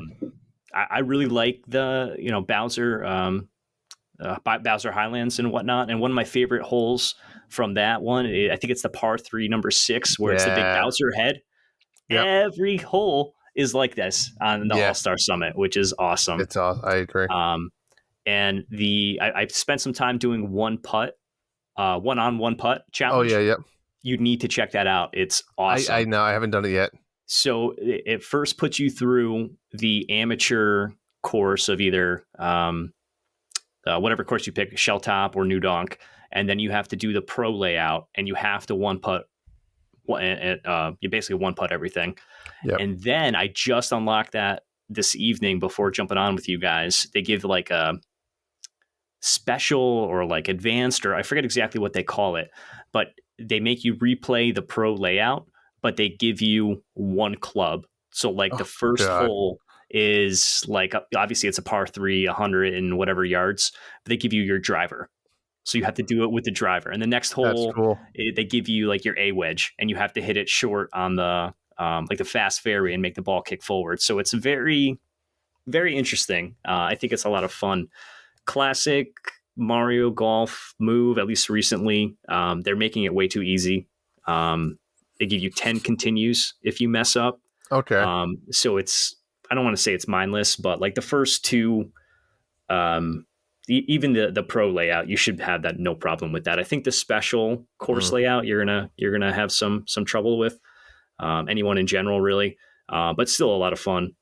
But maybe my favorite addition with the update are the medals. They give 5 medals on the homepage. I don't know if you've seen these. And maybe one not. of them, yeah, it's if there's a box, I want to check that box. And these are 5 boxes I now have to check. So there's 5 different things. It's complete golf adventure, which we've all done. Yeah. Solo challenge, one-on-one putt, everything. You have to do all the courses. Solo challenge, target golf. I'm not a huge fan of the target golf, but whatever. You've got to do 100 points or more on all 3 of the courses. And then next, I think we've been talking about birdie badges for all this time. This is a collective birdie badge. Okay. So score birdie or better on all holes using button controls. So there Does it is. Tell you which ones you have? No, it doesn't. You have to go into the settings for your play stats, which at this point you're going to be close with the exception of the DLC courses, right? Yeah, agreed. And in the last one, that would be normally a huge grind, but it's acquire superstar club sets for all characters. Which I'm pretty close. We're pretty close from as much Mario Golf as we've been playing. So I think it's just the DLC characters I've got to finish out. So I don't know. Now I have something to play with. Dan, yes, I'm pumped. We need to do another beers and birdies night. I'm always in for that. And speaking of beers and birdie night, John, why don't you tell the audience? So the night it came out, it was kind of late, right? I think it was like 9:30ish. You were just about to do your Mario tennis round, and I felt bad for you because he's like 5 minutes away from his Mario tennis round, and it's like, oh, there's a new golf update, it's live right now, and the poor guy got killed in tennis, probably because he was thinking about golf. But yeah, we played both courses. Yeah, I stayed up late, John, just for you and this. We did the first course, which is like all par 3 Shelltop Sanctuary. I loved that course. Me too. It's awesome. And I fucked up because I made it with 2 computer players when we played. That is true. And we also had like the special. What do they call them? Like special attacks or special shots? Special shots. Yeah. Hambone. We got to the 18th hole tied, and I was ready to. I was like, it was like the miracle on ice. I was like, I have to beat Drew. I actually had a lead for over half the holes. Yeah, because you assholes were all using special shots on me, and my ball would go into the Guam. The strategy on that was crazy because you and I were both like we would both sit there at the tee and just wait each other out. It's like, well, this is not great. And you get to the last hole, and I put up a really good shot.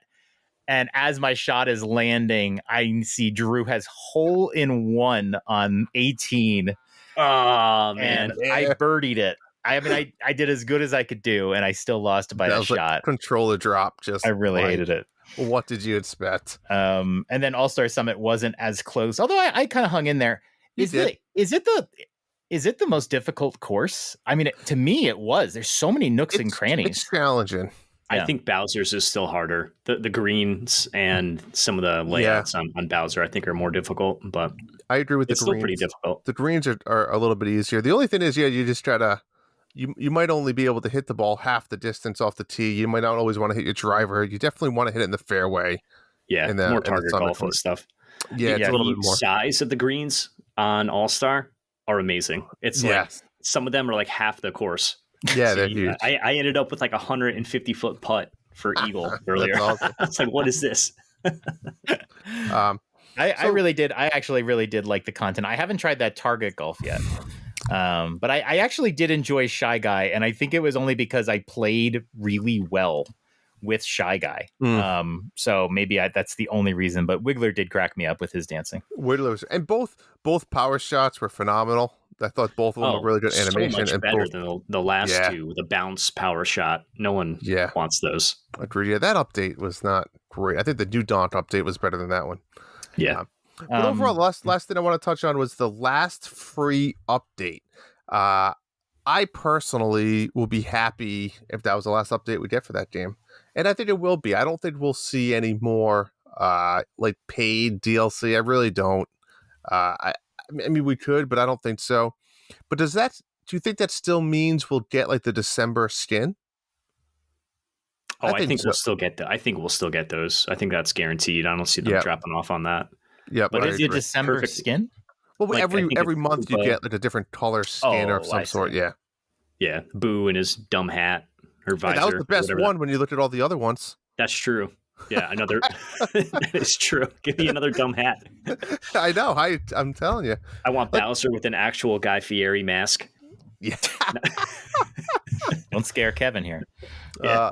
But what do you think, Hambone? I mean, do you think we see any? I don't think we see DLC like paid for this. Do you? I would love to see a paid DLC, a couple more courses, but I don't think we see any more. I liked how they rolled out the characters alongside of new courses, and they have perfectly filled up basically the character select screen now. I think. Yeah. No, there's one spot left. I think one spot. Oh, I have two Miis. That's why. Oh, yeah. So maybe that's a bad theory, but. So, all right, guys, I got to challenge you on this. There is going to be a paid DLC. It will be $15, and it is going to be the miniature golf mushroom kingdom, putts only, with classic windmills and other Mario things. That'd be amazing. It's just going to be, and it's going to be a standalone, no star clubs, just miniature golf. And the characters will have like little more kid hats and stuff like that. That's $15 coming out spring 2022. I mean, yeah, I'd pay $50 for it. Yeah. Yeah. I mean, I forget what I was going to say about it, but it's yeah, I'm all for it. The game is great. Now, do you think this means there's enough content for golf season number 2? There's always enough content for golf season number 2. Maybe not. I think with all the different game modes and stuff, maybe play it a little bit different, but there's a lot. There's a lot more out there. Maybe we'll throw a poll out there to see who would be interested if we did another golf league. I'd be interested, and I don't even love this game. It makes you want to play all the content, though, and it makes you want to play the new courses again. And I'm not against it. I'm not against doing it. We'll see. We'll see what happens. Well, sweet. Number 3. All right. Shantae and the Seven Sirens is getting a free update. This game originally came out May 28th, 2020. It is getting an update. Check this out. They are changing the game. They're doing some rebalancing. They're adding some cutscenes. They're adding some new dialogue. They're adding some new content. It's basically considered a director's cut of the game. The boss fights are going to get a little tougher. And they're calling this definitive mode. It is now the new default mode of the game. They added a couple of other modes, some for fun, giving you all the power-ups, some giving you the ability to equip them. There's a beginner mode where it makes the game impossible to lose, essentially. And here's a thing. They are making the original version of the game available as a legacy mode. And it's literally the 5th option on the menu screen. So if you were to buy this game tomorrow, you would probably play definitive mode and never have played the original version of the game. This update actually comes out on Tuesday. So today, if you're listening to this podcast, here's my question, guys. What the fuck? Like, I have always said it would be cool to take games that didn't quite land and just fix them and re-release them. rather than spend another 3 years making a new game. So I totally get it. But there's two things that bug me about this. One, this game's amazing. I loved this game. I can't remember what I gave it as a review score, but I did a 30-second review. I absolutely loved this game. So it wasn't a game that needed fixing. And two, you're going to call what I played legacy mode. And now I feel like I haven't played the game. I have to play through this game to get the real content. Does this sit well with you guys and no big deal? Like, what do you feel? And then if you do think this is okay, are there any other games that you'd like to see go about this? I guess I gotta ask, I mean, and maybe I don't fully understand the changes, but I mean, it's not really like it's hurting you.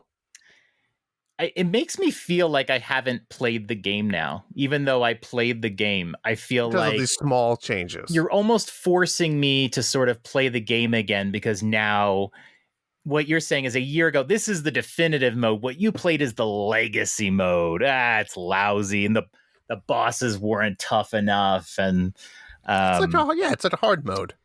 No, it's not. It's the new mode. That's the thing. The legacy mode is now like a special mode. Would you feel better if they called it the hard mode as opposed to definitive edition? Honestly, yeah, I feel like they should have made the original content the default mode, and then just do like a challenge mode or something like that. But here's my thing. I don't think unless you're a diehard Shantae fan, like I don't think this is going to be enough to go back and replay the whole game again in a new mode. Unless Maybe not. For you, all right, you liked the game. You said it was good. It was great. It was average. Whatever was fun. I mean, this isn't drawing you back in, is it? It's not drawing me back in. It's not something I'm like scorched earth mad about, but it does tweak me a little bit that they're kind of like, oh, we fixed the game. What you played isn't really the game anymore. The game is different now. Was that their message though? Or was it, hey, we've updated? Because I didn't actually see the post or anything. There's no comment in the story that's like, hey, if you played this game before, we don't consider you as having played it. You know what I mean? Like, they're not saying that.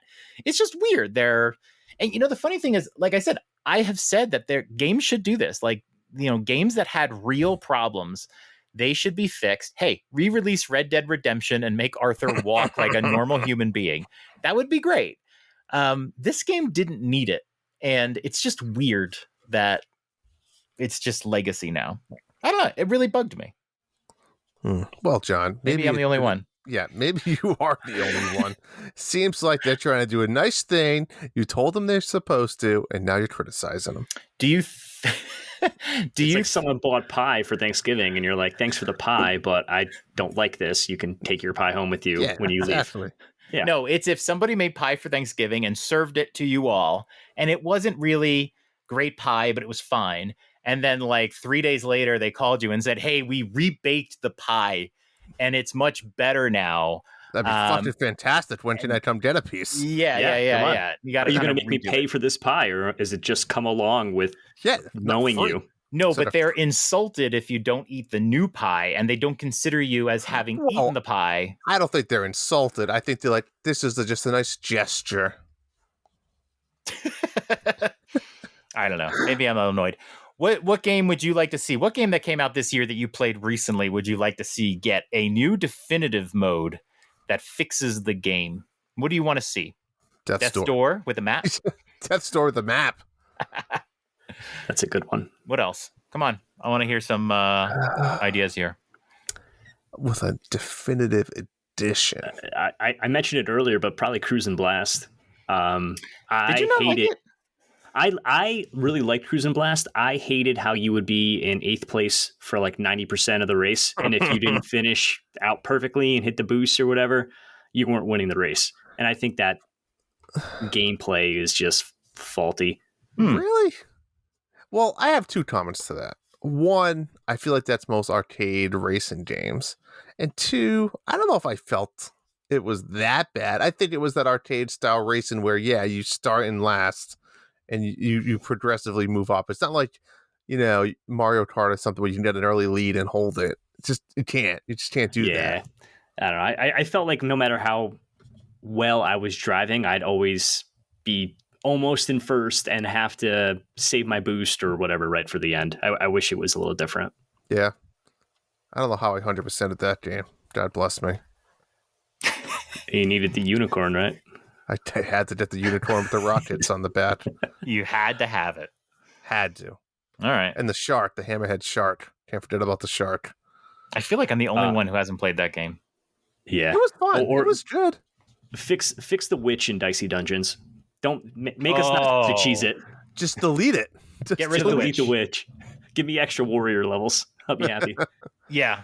Yeah, you know what's funny about Dicey Dungeons is that when you start playing that game, you're like, oh, I'm really enjoying this gameplay because the Warriors, the first one, is like the core of the game. And then they immediately take that away from you and throw in like probably too many gimmicks. And all you want to do is go back to the Warrior where you had the most flexibility and strategy. And then it just forces like almost like hindrances on you. So make another character, replace the witch with another normal character. Yeah, put in Shantae. Put in Shantae. It's like Slay the Spire. Ooh. Speaking of Slay the Spire, I should have spoken about that. I'm on Ascension 7 now. On the phone or on the Switch?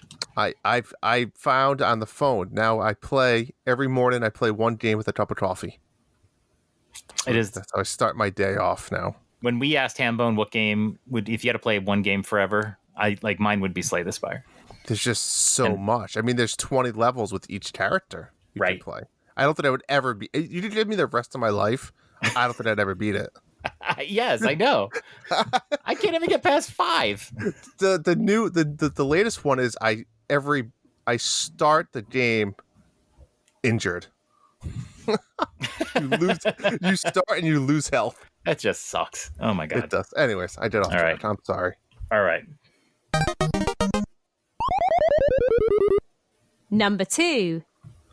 Thank you, Sadie. And we're going to do a little movie review tonight, folks, because all three of us happened to watch a video game-ish type movie called Free Guy. Free Guy. Ryan Reynolds. Jodie Comer, Joe Terry Keys.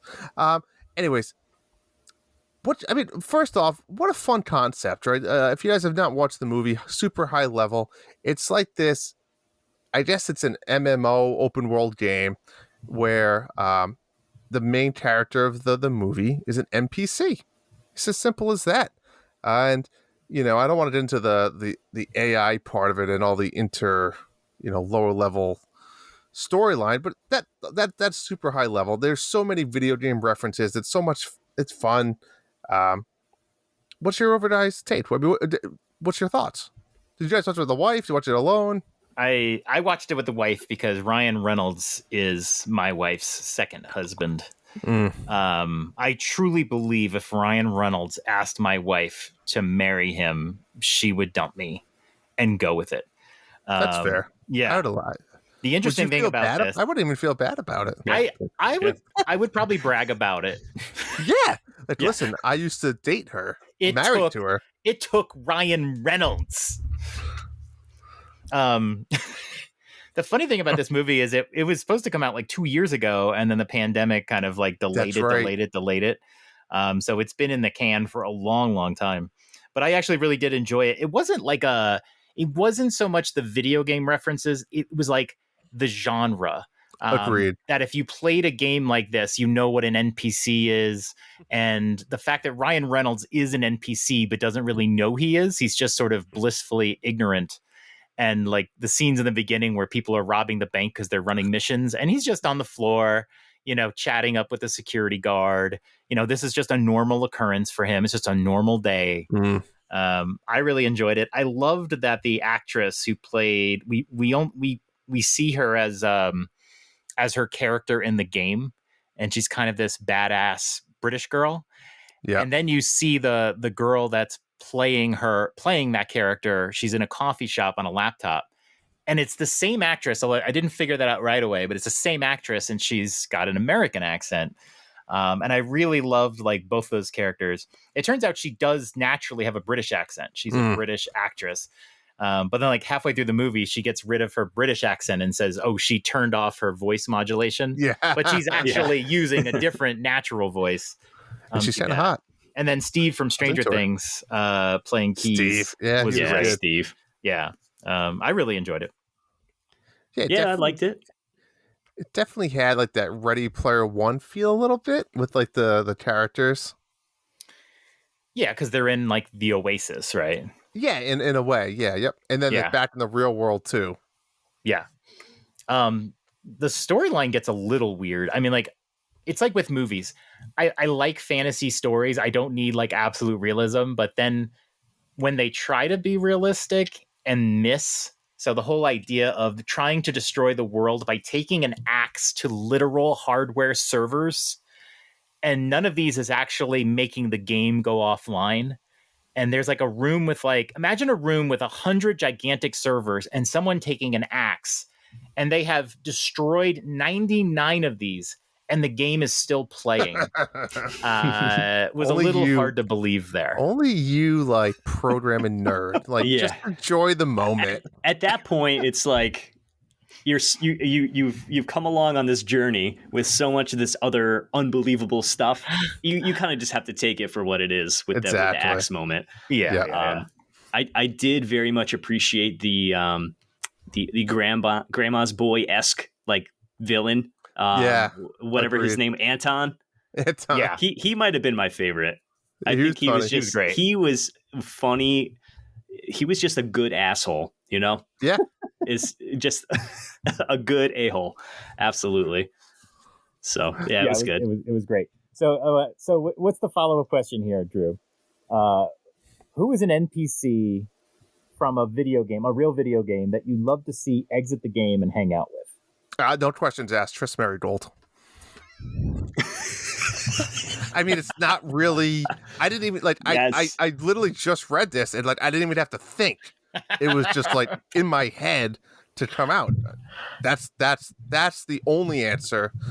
Tris Marigold from The Witcher 3. You're probably right. Thank you very much. Yep, that's it. We Fit Trainer would be second, right behind. We Fit Trainer. Now you're just picking out the hottie, right? Like, oh yeah, I want Bayonetta. Well, she's not an NPC. She's not an NPC. Damn, I can't pick Bayonetta. Nope. I got my yep. So smartly. What are we going with? I can see Hambone's brain just like processing right now. It's frying. Yeah. Do I go the Drew route, or do I? Triss is a good option. I wouldn't even pick any of the other girls in that game. They'd scare me. No, but Triss is the one, unless you want to pick Ciri. But you use her, so technically she's not an NPC. Nope. I don't know. I think one, like, any of the Zelda like navigation companions would be kind of interesting. I had just played through Minish Cap, so I think Eslo as a little buddy, a little magical friend, is that the hat? in real life would might be fun. Yeah, he's the hat guy. Okay. Would you want to wear the hat or just like hang out? Yeah, I mean, if he's in hat form, I'll put the hat on. Might as well. In hat form. I might go with that. I mean, if we're going, the female route, I mean, Megara from Hades is a good one. Ooh, yeah, I think she I can cancel my ADT home security if I had her around. I love her voice. I fell in love with her voice when she started talking, and she's got kind of like a raspy voice. Oh yeah. Did you see that Reddit thing I posted in Discord a while back? Check the Hades channel, but it's the voice actress from Hades, and it was something on Reddit where it was like, say whatever you want in your voice, and she did the whole we're calling you about your car's extended warranty. Oh, I saw that. I remember you posting that. Yeah. I love that. Wow. All right. Where was that one? I missed that one. I'll find it and I'll post it again for you. Okay. So John, what do you got? Nothing? Gosh, I kind of like the idea of Triss. Well, I mean, like, you can have her after me. What if we just share? No. Nope, not her. Okay, Drew, would you rather have Triss come out of the video game, but it has to be a threesome with your podcast partner, Okay. Or she just doesn't come out of the video game. I'd accept the threesome. Yes! Woo! Saying there's a chance. Turn the lights down a little bit so she can conjure up some fire. Yeah, that's a good one. I played a Doki Doki Literature Club recently, and I really liked Yuri from that game. She's like the much taller girl with the purple hair. She's kind of dark. She's very like I don't know. She's all nervous or whatever. Issue. She's got her shirt constantly was battling. Yes. Oh my God. Yeah. Yeah. There's even some really awkward dialogue about like, oh, your chest has gotten bigger since you met Zablanc, you know? But I like I liked her height and her darkness. So yeah, maybe her. I mean, she'd be a headache too, obviously, but yeah. I'm trying to think of even just other Witcher characters, but all of them seem scary to me. I know. So. I'm trying to think of anybody I just want to like sit down and have a beer with. Like a dude? What about a dude? Like dude.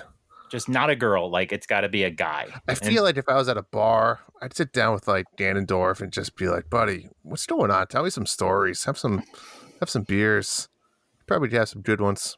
Then he'd like put a sword through you or something. Wouldn't work out. I feel like he's been there, done that. I feel like he just wants to have some beers and tell some guy talk. What about... No. I was going to say Robot from Dicey Dungeons. But hang out with Robot. I don't know. Let's see what everyone else thinks. Yeah. This would be a good question to put in like the channel, or Twitter. Maybe we'll talk about it next week. You'd want to hang out with. All right. All righty. Let's move on. Tris. And number 1.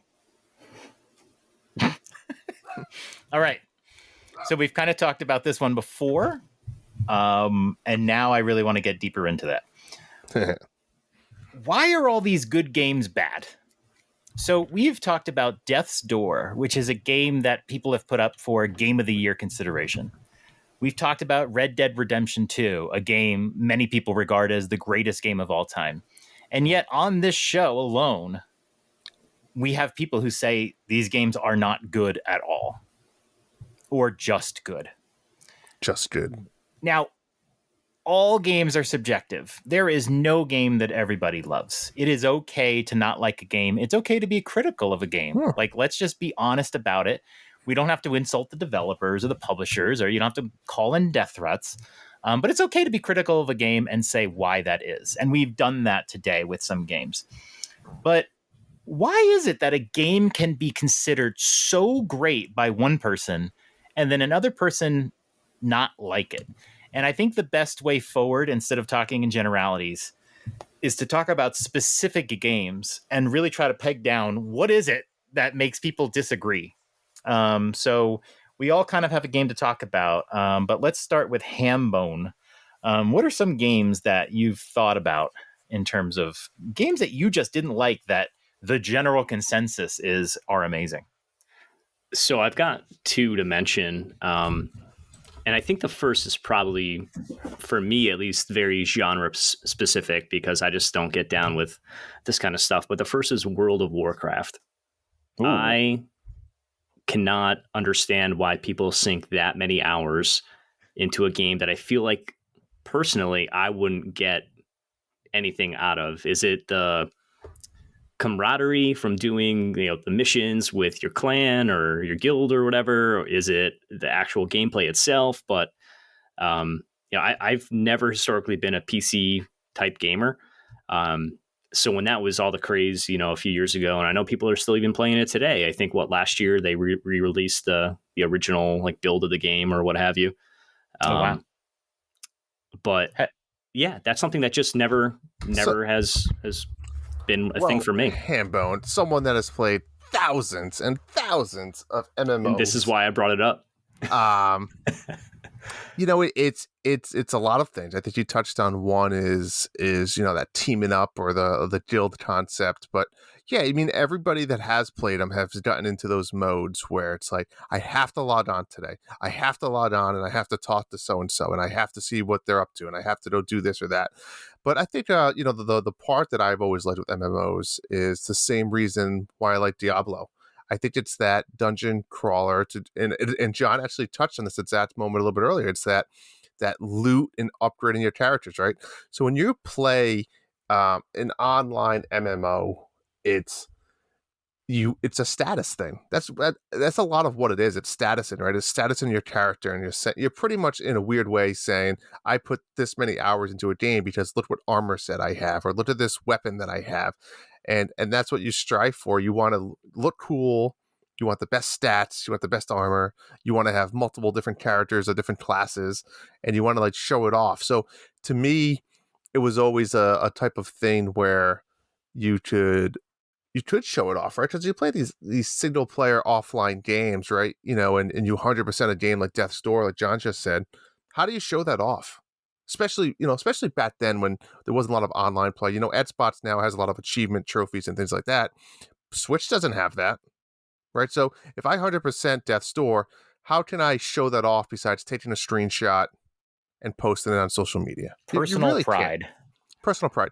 But you even look at something like Monster Hunter now, right? Monster Hunter now is an online game. It's pretty much an MMO where you can show your armor, you can show your level, and you can show your, how much effort you put into it. And I think that gives people a sense of pride and a sense of achievement in a weird way. And it kind of sets you that goal. Like you always want to now fight the biggest monster in Monster Hunter, or you want to go run the hardest dungeon in World of Warcraft or whatever it is. And I think that's what it is. That personally. You said you played thousands of MMO. You played World of Warcraft, right, Drew? That wasn't my main. Guild Wars was my main one, but I did play World of Warcraft for probably hundreds. Yeah. Okay. And so so I guess my question for Hambone is how recently and how many hours did you play World of Warcraft? I want to know where you're coming from. I probably played it for 5 to 10 hours. Okay. A dozen years ago. When it first came out? Close after it first came out. Closer to it. Okay. So I mean, we're coming up on almost 20 years ago. It must have come out now, right? I played it. Yeah, at least 2006, 2007 timing, and I think it had been out a few years by that point.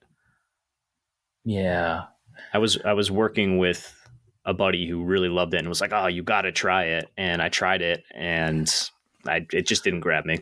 Okay, so. Do you play or have played games that you play for hundreds of hours like this, or do you not usually? Usually not, which is why I think personally it's a genre type thing. Yeah. But for somebody who doesn't play those type of games, like how is that going to grab you, right? I mean, maybe that's not their goal from a developer or publisher perspective to grab people, new players, right? Maybe they just want to grab the core audience and hook them for a long time. But for somebody like me from the periphery of that type of game, just not for me. Yeah, interesting. I played Skyrim, and it's not the same kind of game. I don't play online multiplayer games really until like Monster Hunter Rise. But to me, it's similar. You run a quest or you do a thing, you get some loot, you try to upgrade, and you just keep doing the cycle, right? Drew and I played Diablo 3, also very similar, right? Do the same thing over. I'm not trying to be insulting to World of Warcraft players because I actually haven't played it at all. But a lot of times you're doing the same thing, the same run, the same quest because you're trying to get this small percentage chance of getting a piece of armor or a weapon or whatever. And then you do it again, and then you do it again, and then you do it again, and you do it again. And I can totally see, because when I look at Diablo from a higher view, I'm like, why is this fun? Why are we just doing the same things over and over and over again? But when you actually play it, there's just like this relaxing, satisfying mode to it, where Drew and I will play, and we're not even like paying attention to the game. We're just chatting and just doing the same freaking thing over and over again. And maybe you just were not in that headspace of, where's the end of this game, and who are you playing I didn't see an end in sight, and I didn't have that community connection, and without that, I think and I'll say too, for any of these MMO games, I don't think the fun really starts until you unfortunately are hundreds of hours in, right? You need to get through all the starters. You need to pretty much beat the game in a weird way. I know you can't really beat those types of games, but you do like max out your character before the fun stuff even begins. And when does the fun begin? Like what gameplay element are you saying is when it gets fun? Well, I think it's both, right? So I also played Lord of the Rings online, which I loved because my favorite part of the MMOs were to explore, right? I loved exploring the worlds, and any MMO has so much map area to explore and all different areas to explore. It's crazy. But once you really start getting to a high enough level where you can kind of go into these other little dungeons and stuff like that, I think that's where it gets fun, because the maps are so big that though you may have beat the game or matched out your character, you still haven't explored everything. For me, that's where now you really start focusing on your character and developing your character and getting new weapons and etc. Yeah. I think when you get to a point like even in Monster Hunter right now, I enjoyed my gameplay. I'm about 115 hours into it, and I've done every quest. Well, actually, I haven't done every quest. I need to do some things to that unveil quest, but pretty much like all the event quests, all the ranked quests, everything. And there's still it's almost like the game is more fun right now because I can just go and fight monsters and collect parts and not feel like I really need to do anything with them. I'm in full horde mode. So like when you start playing Monster Hunter, I look forward to it because I can just run some quests and, grab some extra parts and just throw it on the pile and just not feel like it's something I need to do. It's just amassing more for my characters for when the expansion comes out in the spring. Correct. I don't feel encumbered by a checklist of things to do. But at the same time, the gameplay is really not changing at all. It's still the same thing over and over again. But think of the same. Yeah, I mean, Monster Hunter it's the same thing. Monster Hunter is a mini version of a PC MMO, right? It really is, right? I mean, it's just a bigger world and more stuff to do on some of these other big title games that we've mentioned. Right. But it's the same concept. You want to do it. You want to collect those extra pieces. You want to go out there and loot, and you want to just have the extra stuff. Yeah, that's what it all is about. Yeah. Good topic. Can we throw Death's Door out there? Because before I had played Death's Door, I had heard of people playing Death's Door, and they all really loved it. I didn't see anybody say anything negative about it. And then I played it. And then after that, Fartsy, who is a Twitter friend online, he's a kind of a friend of the show. He was playing it and he wasn't enjoying it. He kept saying he kept getting lost. He kept getting, he would like DM me and say, I keep getting lost. Where do I go? He just wasn't really enjoying it. And I kind of felt bad. I was just like, God, everybody loves this game. Like, what's not hitting him about this game? And then you started playing it and you were like, what's going on here? And then Jesse's playing it and he's not having the best time. And now it seems like everybody who plays Death's Door is not enjoying the game. So I've been thinking about this one. Why are we getting these differences of opinion? And I'm sure it's just, bad luck that it just seems like ever since I played it, nobody likes it. But like why that is. And I think it's the map. So I think there's a few things, right? And this is kind of my pitch for my topic here of the question is, I think expectations of video games have really drawn us to a certain place at this time of gaming. And what I mean by that is we now have a developer that's a known developer that's made good games, right? So I think right off the bat, there's an expectation that there's going to be a good polished game, right? Same thing when Nintendo produces a new Zelda game. The expectation is there's going to be a good Zelda game because Nintendo made it and it's Zelda. So I think that expectation is going to be there. I think the other thing is now you start seeing early reviews coming out, right? Early, 9 out of 10. You see a lot of these other reviews. Then you start seeing a lot of people say this game is great. So now you're going into this game, and I hate to say this because I don't mean it in a mean way to people, but I think people have this deception that they have a hard time to give their own opinion, right? And I think you see it today in young school and kids and all the way up through social media sometimes, is you have a lot of followers, right? And not a lot of leaders. And I think it's very easy to say when someone was throwing these ideas in your brain through social media that this game is great, this game is great, this game is great, you're going into it wanting that game to be great. And then you're like, oh man, this game is great. Look at the art style and look at all these weapons I can get and I can dodge and I'm collecting souls for the undead. This is cool concept. It's different. But it takes, a few of those leaders to come in and say, well, it's cool, but look at all these flaws. And then it opens people up to say, you know what, you're right. And that's also a flaw. And then that's a flaw. And maybe we're really picking on Death's Door because it's not like it's a terrible game. It's really not. But I think we're just using it as a hard example, right? Because I think we could do this with many games.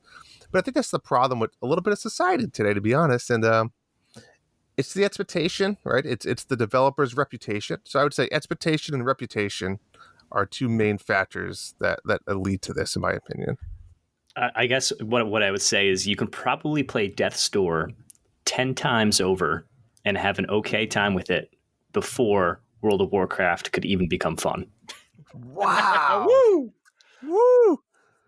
I mean, I'm saying 10-hour game, 100 hours into World of Warcraft. I don't know. You know what, though, Hambone? World of Warcraft is a map. If that's all it takes. Now I want to try it. World of Warcraft? I The black hole, John. When World of Warcraft came out, I had some friends at work that were playing it, and I recognized it as a game that is like I did not want to invest my life in because they were doing the thing where they left work, played World of Warcraft, ordered dinner, and then went to sleep at 3 a.m., woke up, went to work, and then just did that sort of loop. That's unsustainable. You're thinking about it nonstop, especially nowadays with phones and stuff. I can only imagine. I'm going to be honest. I don't think you would like World of Warcraft. I think you would like other MMOs, but I don't think you personally would like World of Warcraft. Yeah. And I haven't played in years, but it does have that cartoony-ish feel and kind of the way they move isn't. I don't know. I don't think you would like it. I think you would like the idea of it, but not that particular I definitely don't like online. In fact, around that time is when I started playing Guild Wars like you. Because I remember being like, when they said you had to pay monthly for World of Warcraft, that was really foreign and weird to me. And Guild Wars was kind of like World of Warcraft, but you actually bought the game and you could play for free. So I actually did play it.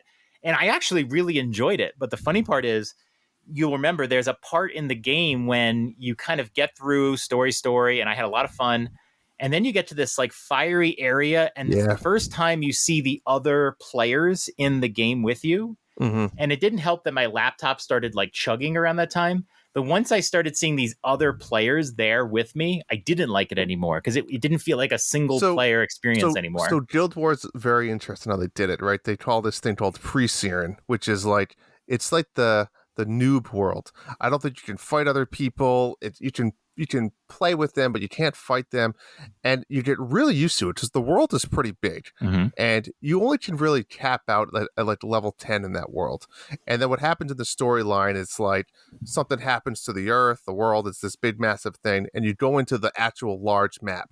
And when I say large map, it's probably 50 times the size. And it's very overwhelming because you just spent 25 hours of your game in this smaller map, understanding the gameplay, like very simple basic skills, and now all of a sudden you're getting thrown into this massive environment with people at max level running around you. So I that's the problem with that game. But again, it's like the World of Warcraft. You have to get to a point. You have to get through a lot of it. When I say get through it, it might be 100 hours before you get through it, and that's where the games really pick up. So that's it's a good point, though. Another thing I've mentioned, and this more applies to reviews and stuff, is that some people review games without finishing them. And I have definitely seen a lot of games. I'm always honest about how I feel about a game. I never attack anybody. If it's a bad game, it's a bad game. I'm not going to say burn, Electronic Arts to the ground or anything. but I'm going to give my honest opinion about a game. I don't get paid to review games. I don't know how many people are. We don't even get review codes, but sometimes through the dads. But even if I get a review code, I make sure to give an honest review, because what's the point if I'm just going to be influenced by getting the review code? Yep. But there are games where people will start playing a game and say, I'm really enjoying this. And it's a game that I've finished that I didn't like so much. And I always say, there's always something in my head that says, keep playing. Wait till you see how boring this game gets or something, because a big skill in game development is making a game that evolves and doesn't get stale. Game like variety in gaming. It's why Battletoads is really fun, because every level feels different. Mm-hmm. You're not playing the same level over and over again. It's why Contra had the overhead screens. It was just to change up that gameplay. But like most recently, Garden Story was that game for me. I was miserable playing Garden Story. It was, I guess, like Red Dead. It was very slow. And I feel like it got a lot of good reviews. I saw a site give it a 9. I saw it get 8s. And it was like, what are they seeing that I'm not seeing? And I really did chalk it up to the fact that they were lying. And I feel bad about saying that. But like literally, when in the first day of the game, you get a side quest, and then the next day of the game, you've already seen the same side quest come up. It's already repeating on day 2 of the in-game world. And other reviews don't even mention that the side quests just repeat nonstop a lot of the time. I feel like they're just lying. They're just, maybe they got a review code and they don't want to say how boring an experience it was. Or to your point, they played 3 hours of it and wrote a review. Right. Now, my first 3 hours were the most miserable of Garden Story.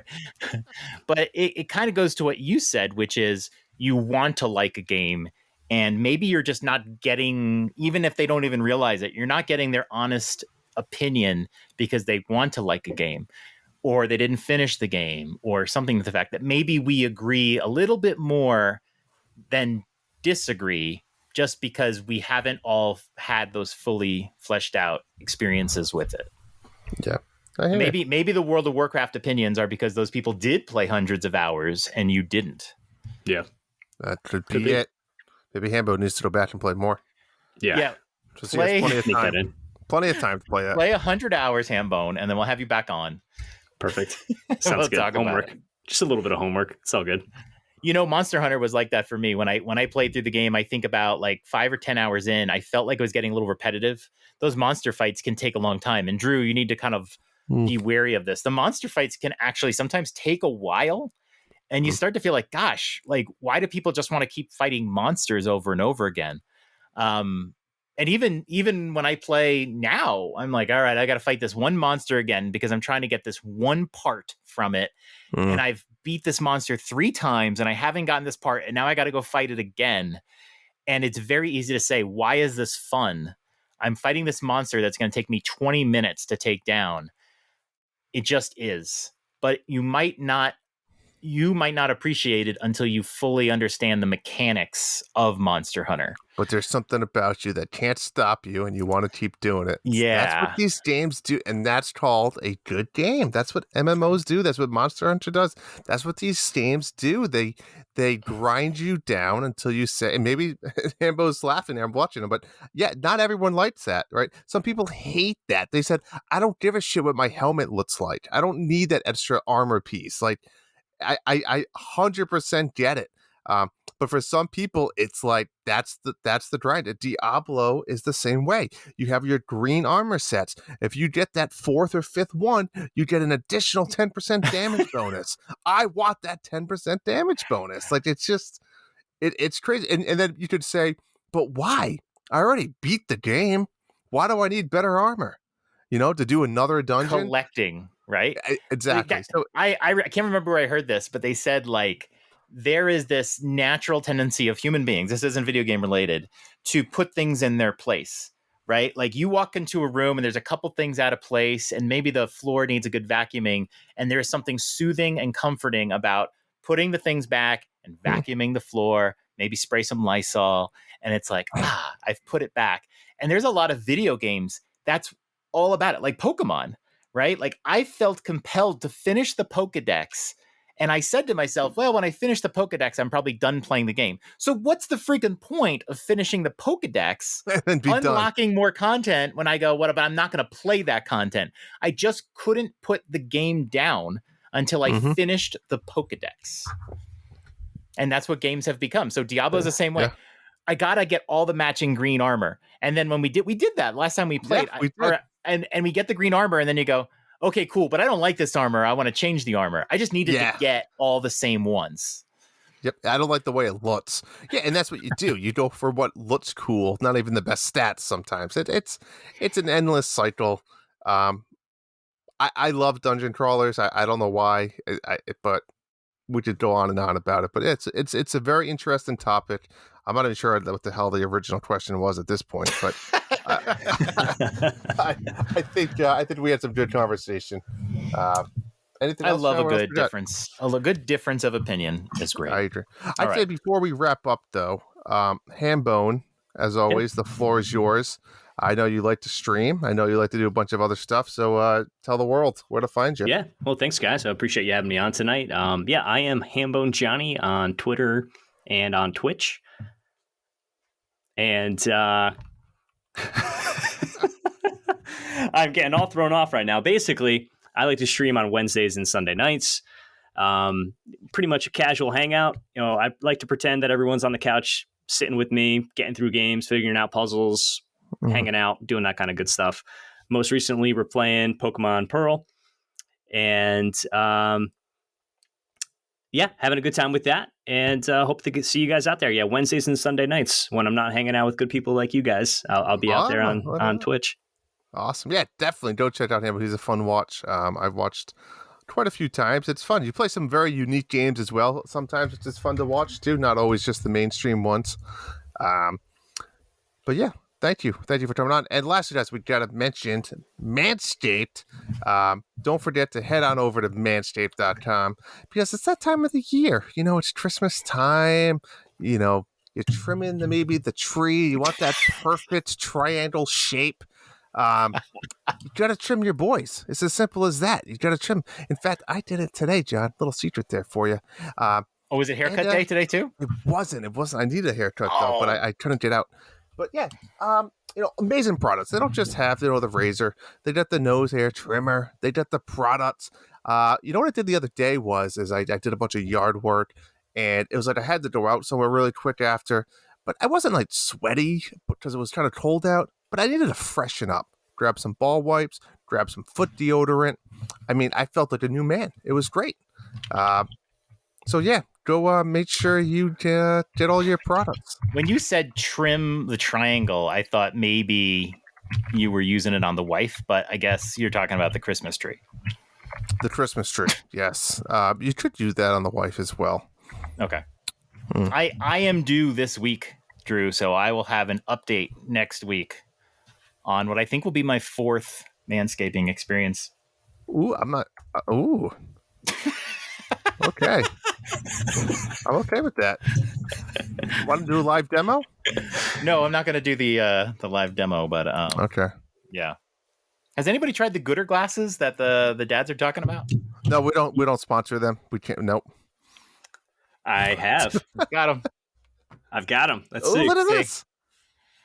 Wow. Do I look like I'm blocking blue light now? I feel like a reflection now of your screen. I don't like it. Yeah, right. You look immediately smarter, Hambone. Your IQ went up like 30 points. Easily. Do you like them? I do like them. I'm now smart enough to play World of Warcraft.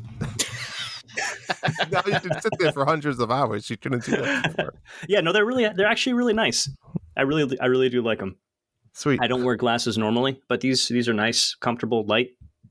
I like them. Do you find that they do ease like your eye tension or something if you're playing a game for because I know we're good for it to play a game for a good 3 or 4 hours. I've worn them this week working. So obviously not on Thanksgiving Day, but Monday to Wednesday I wore them while working and kind of did feel a little bit less fatigued at the end of the day, which was nice. Cool. fatigue. Yeah. So I'm intrigued. Manscaped, code NINDADS, NINDADS, 20% off and free shipping, John. Free shipping. Christmas is coming. Christmas is... I should get it for my son. Like, oh, yeah. just be like, rite of passage soon, son. Son. Yeah. You think he shaved his balls? You think he needs to? I don't know. I am not aware what it's looking like down there. I've passed that age. There is a point where you no longer are up to date on your kids' balls. And I'm not quite there yet. Yeah, same. Maybe. This is such a talk. Should you ask him, son? He doesn't. How your balls looking? Yeah, he's in high school, John. Well, so he's starting to get little patches of facial hair, and we do like buzz between his eyebrows because I think he has like a natural kind of. He can get a little natural unibrow thing going. So I do like shave there. So I keep an eye on like facial hair and stuff. But yeah, like. Probably within the next year, I'll be like teaching him how to shave, and then maybe I'll just say like, "Any other places you need to shave, son?" Like I guess that's how it works. Yeah, my back. Oh God, yeah. Well, he's half Italian, so you can threaten to shave your other son's head if he has another Minecraft incident. Oh my gosh, yeah, yeah. He's in Minecraft withdrawal. It's great. Wow. Oh man, that's fantastic. I think he's just thankful that he wasn't in massive trouble, that, I didn't scream at him. I didn't go off the wall. He feels like maybe he got off kind of easy, so he's not going to push it. I'm not even sure how I would react. Gotta give it a few years. Have some time. We have some time before we have to worry about shit like that. So for sure. Oh my God. We were playing Mario Tennis today, Hambone, and I heard Drew's kid come into the room and talk to him. And it was right before I had to serve. And I just hit the A button as fast as possible to serve as quickly as possible. And it went right by Drew because I knew he was distracted by his son entering the room. Didn't even swing the racket, never saw it. And I'm like, I looked down, I'm like, you bastard. Well, that's a good dad right there. That's a good dad. And you've taken advantage of a good friend, John. That's right. I'm ashamed and disappointed in you. I had to get a point, man. I was behind. He had to. He was. I actually respect the gameplay. I'm not going to lie. Yeah, that's pretty good. All right, John, what do we got coming up the next few weeks? We got an interesting couple of weeks beginning in December. Big Brain Academy, Brain versus Brain. The demo is already out. The full game comes out December 3rd. And I think that game is like $30 or $40. It's not a full $60 game, so I'm definitely picking that up. I think that'll be fun to play with the kids. The Danganronpa game series is coming out December 3rd. There's a whole bunch of them. I didn't write them all down. I don't personally care, but I think it's a big enough series worth mentioning. Could you pronounce that one more time for me? Danganronpa. Thank you. That is also coming out December 3rd. I've waited so long to say this, Drew. I can't get over it. Life is Strange is coming to the Switch on December 7th. We're getting True Colors. That's the new one that came out a few months ago. That's coming to the Switch. It is not a cloud game. And the original game is gorgeous looking. You can tell from some of the footage that the Switch game does have some. It's probably going to play at like half the frame rate, and I saw some of the shading isn't really there. I would definitely recommend this game. Is it better for me not to play it, or you should not play and then tell you how much I hate it? Yeah, don't play a Life is Strange game. Okay. I can't deal with your shit. You're not going to like it. I will point out the digital version is December 7th. The physical comes out in February, but I did notice, and I did pre-order the Switch physical version, which is like $30 at Best Buy right now, which you wouldn't get till February. But it's $30. It's like already half off if you buy it now. So I did pre-order that because I have been wanting to buy a Life is Strange game on the Switch for forever, and that's what it's going to be. So that's December 7th. And then 12 Minutes, we talked about that earlier, is coming to Switch also on December 7th. That's digital only. I really love that game, but I think you just have to like story-driven games to really like it. And then finally, I know it's a game we're both looking forward to, Loop Hero comes out December 9th. That is also digital only, I believe. That's going to be I can't wait for that one. I don't know. I'm going to be honest. It looks. I don't know. I don't know what to expect out of it. I mean, I'm all in. I'm buying it. I'm getting it. I'm playing it. But I could hate this game. I'm not going to lie. Do you think it's going to be the Spelunky for us? Because we both bought Spelunky and we both did not like Spelunky. I have a feeling it really could be. Like I don't have a good feeling about it. I'm all in, but are we both buying it December 9th? I mean, we're both starting it. I think I pre-ordered it. Okay. All right. I'm excited to play it and talk about it. December 12th is our last show for the year. So we'll have 3 days to kind of play this and then talk about them. Sweet. That's it. That's all I got. Thank you for joining us, Hambone Jonny. Thank you for having me. I had a great time. Appreciate it. Good. John, take us home. It's definitely not me, guys. It's definitely not me. Thought you just finished it out. All right, everybody say goodnight to Sadie. There's nothing to finish out. Good night, good morning, good afternoon, happy tea. Good night, Sadie.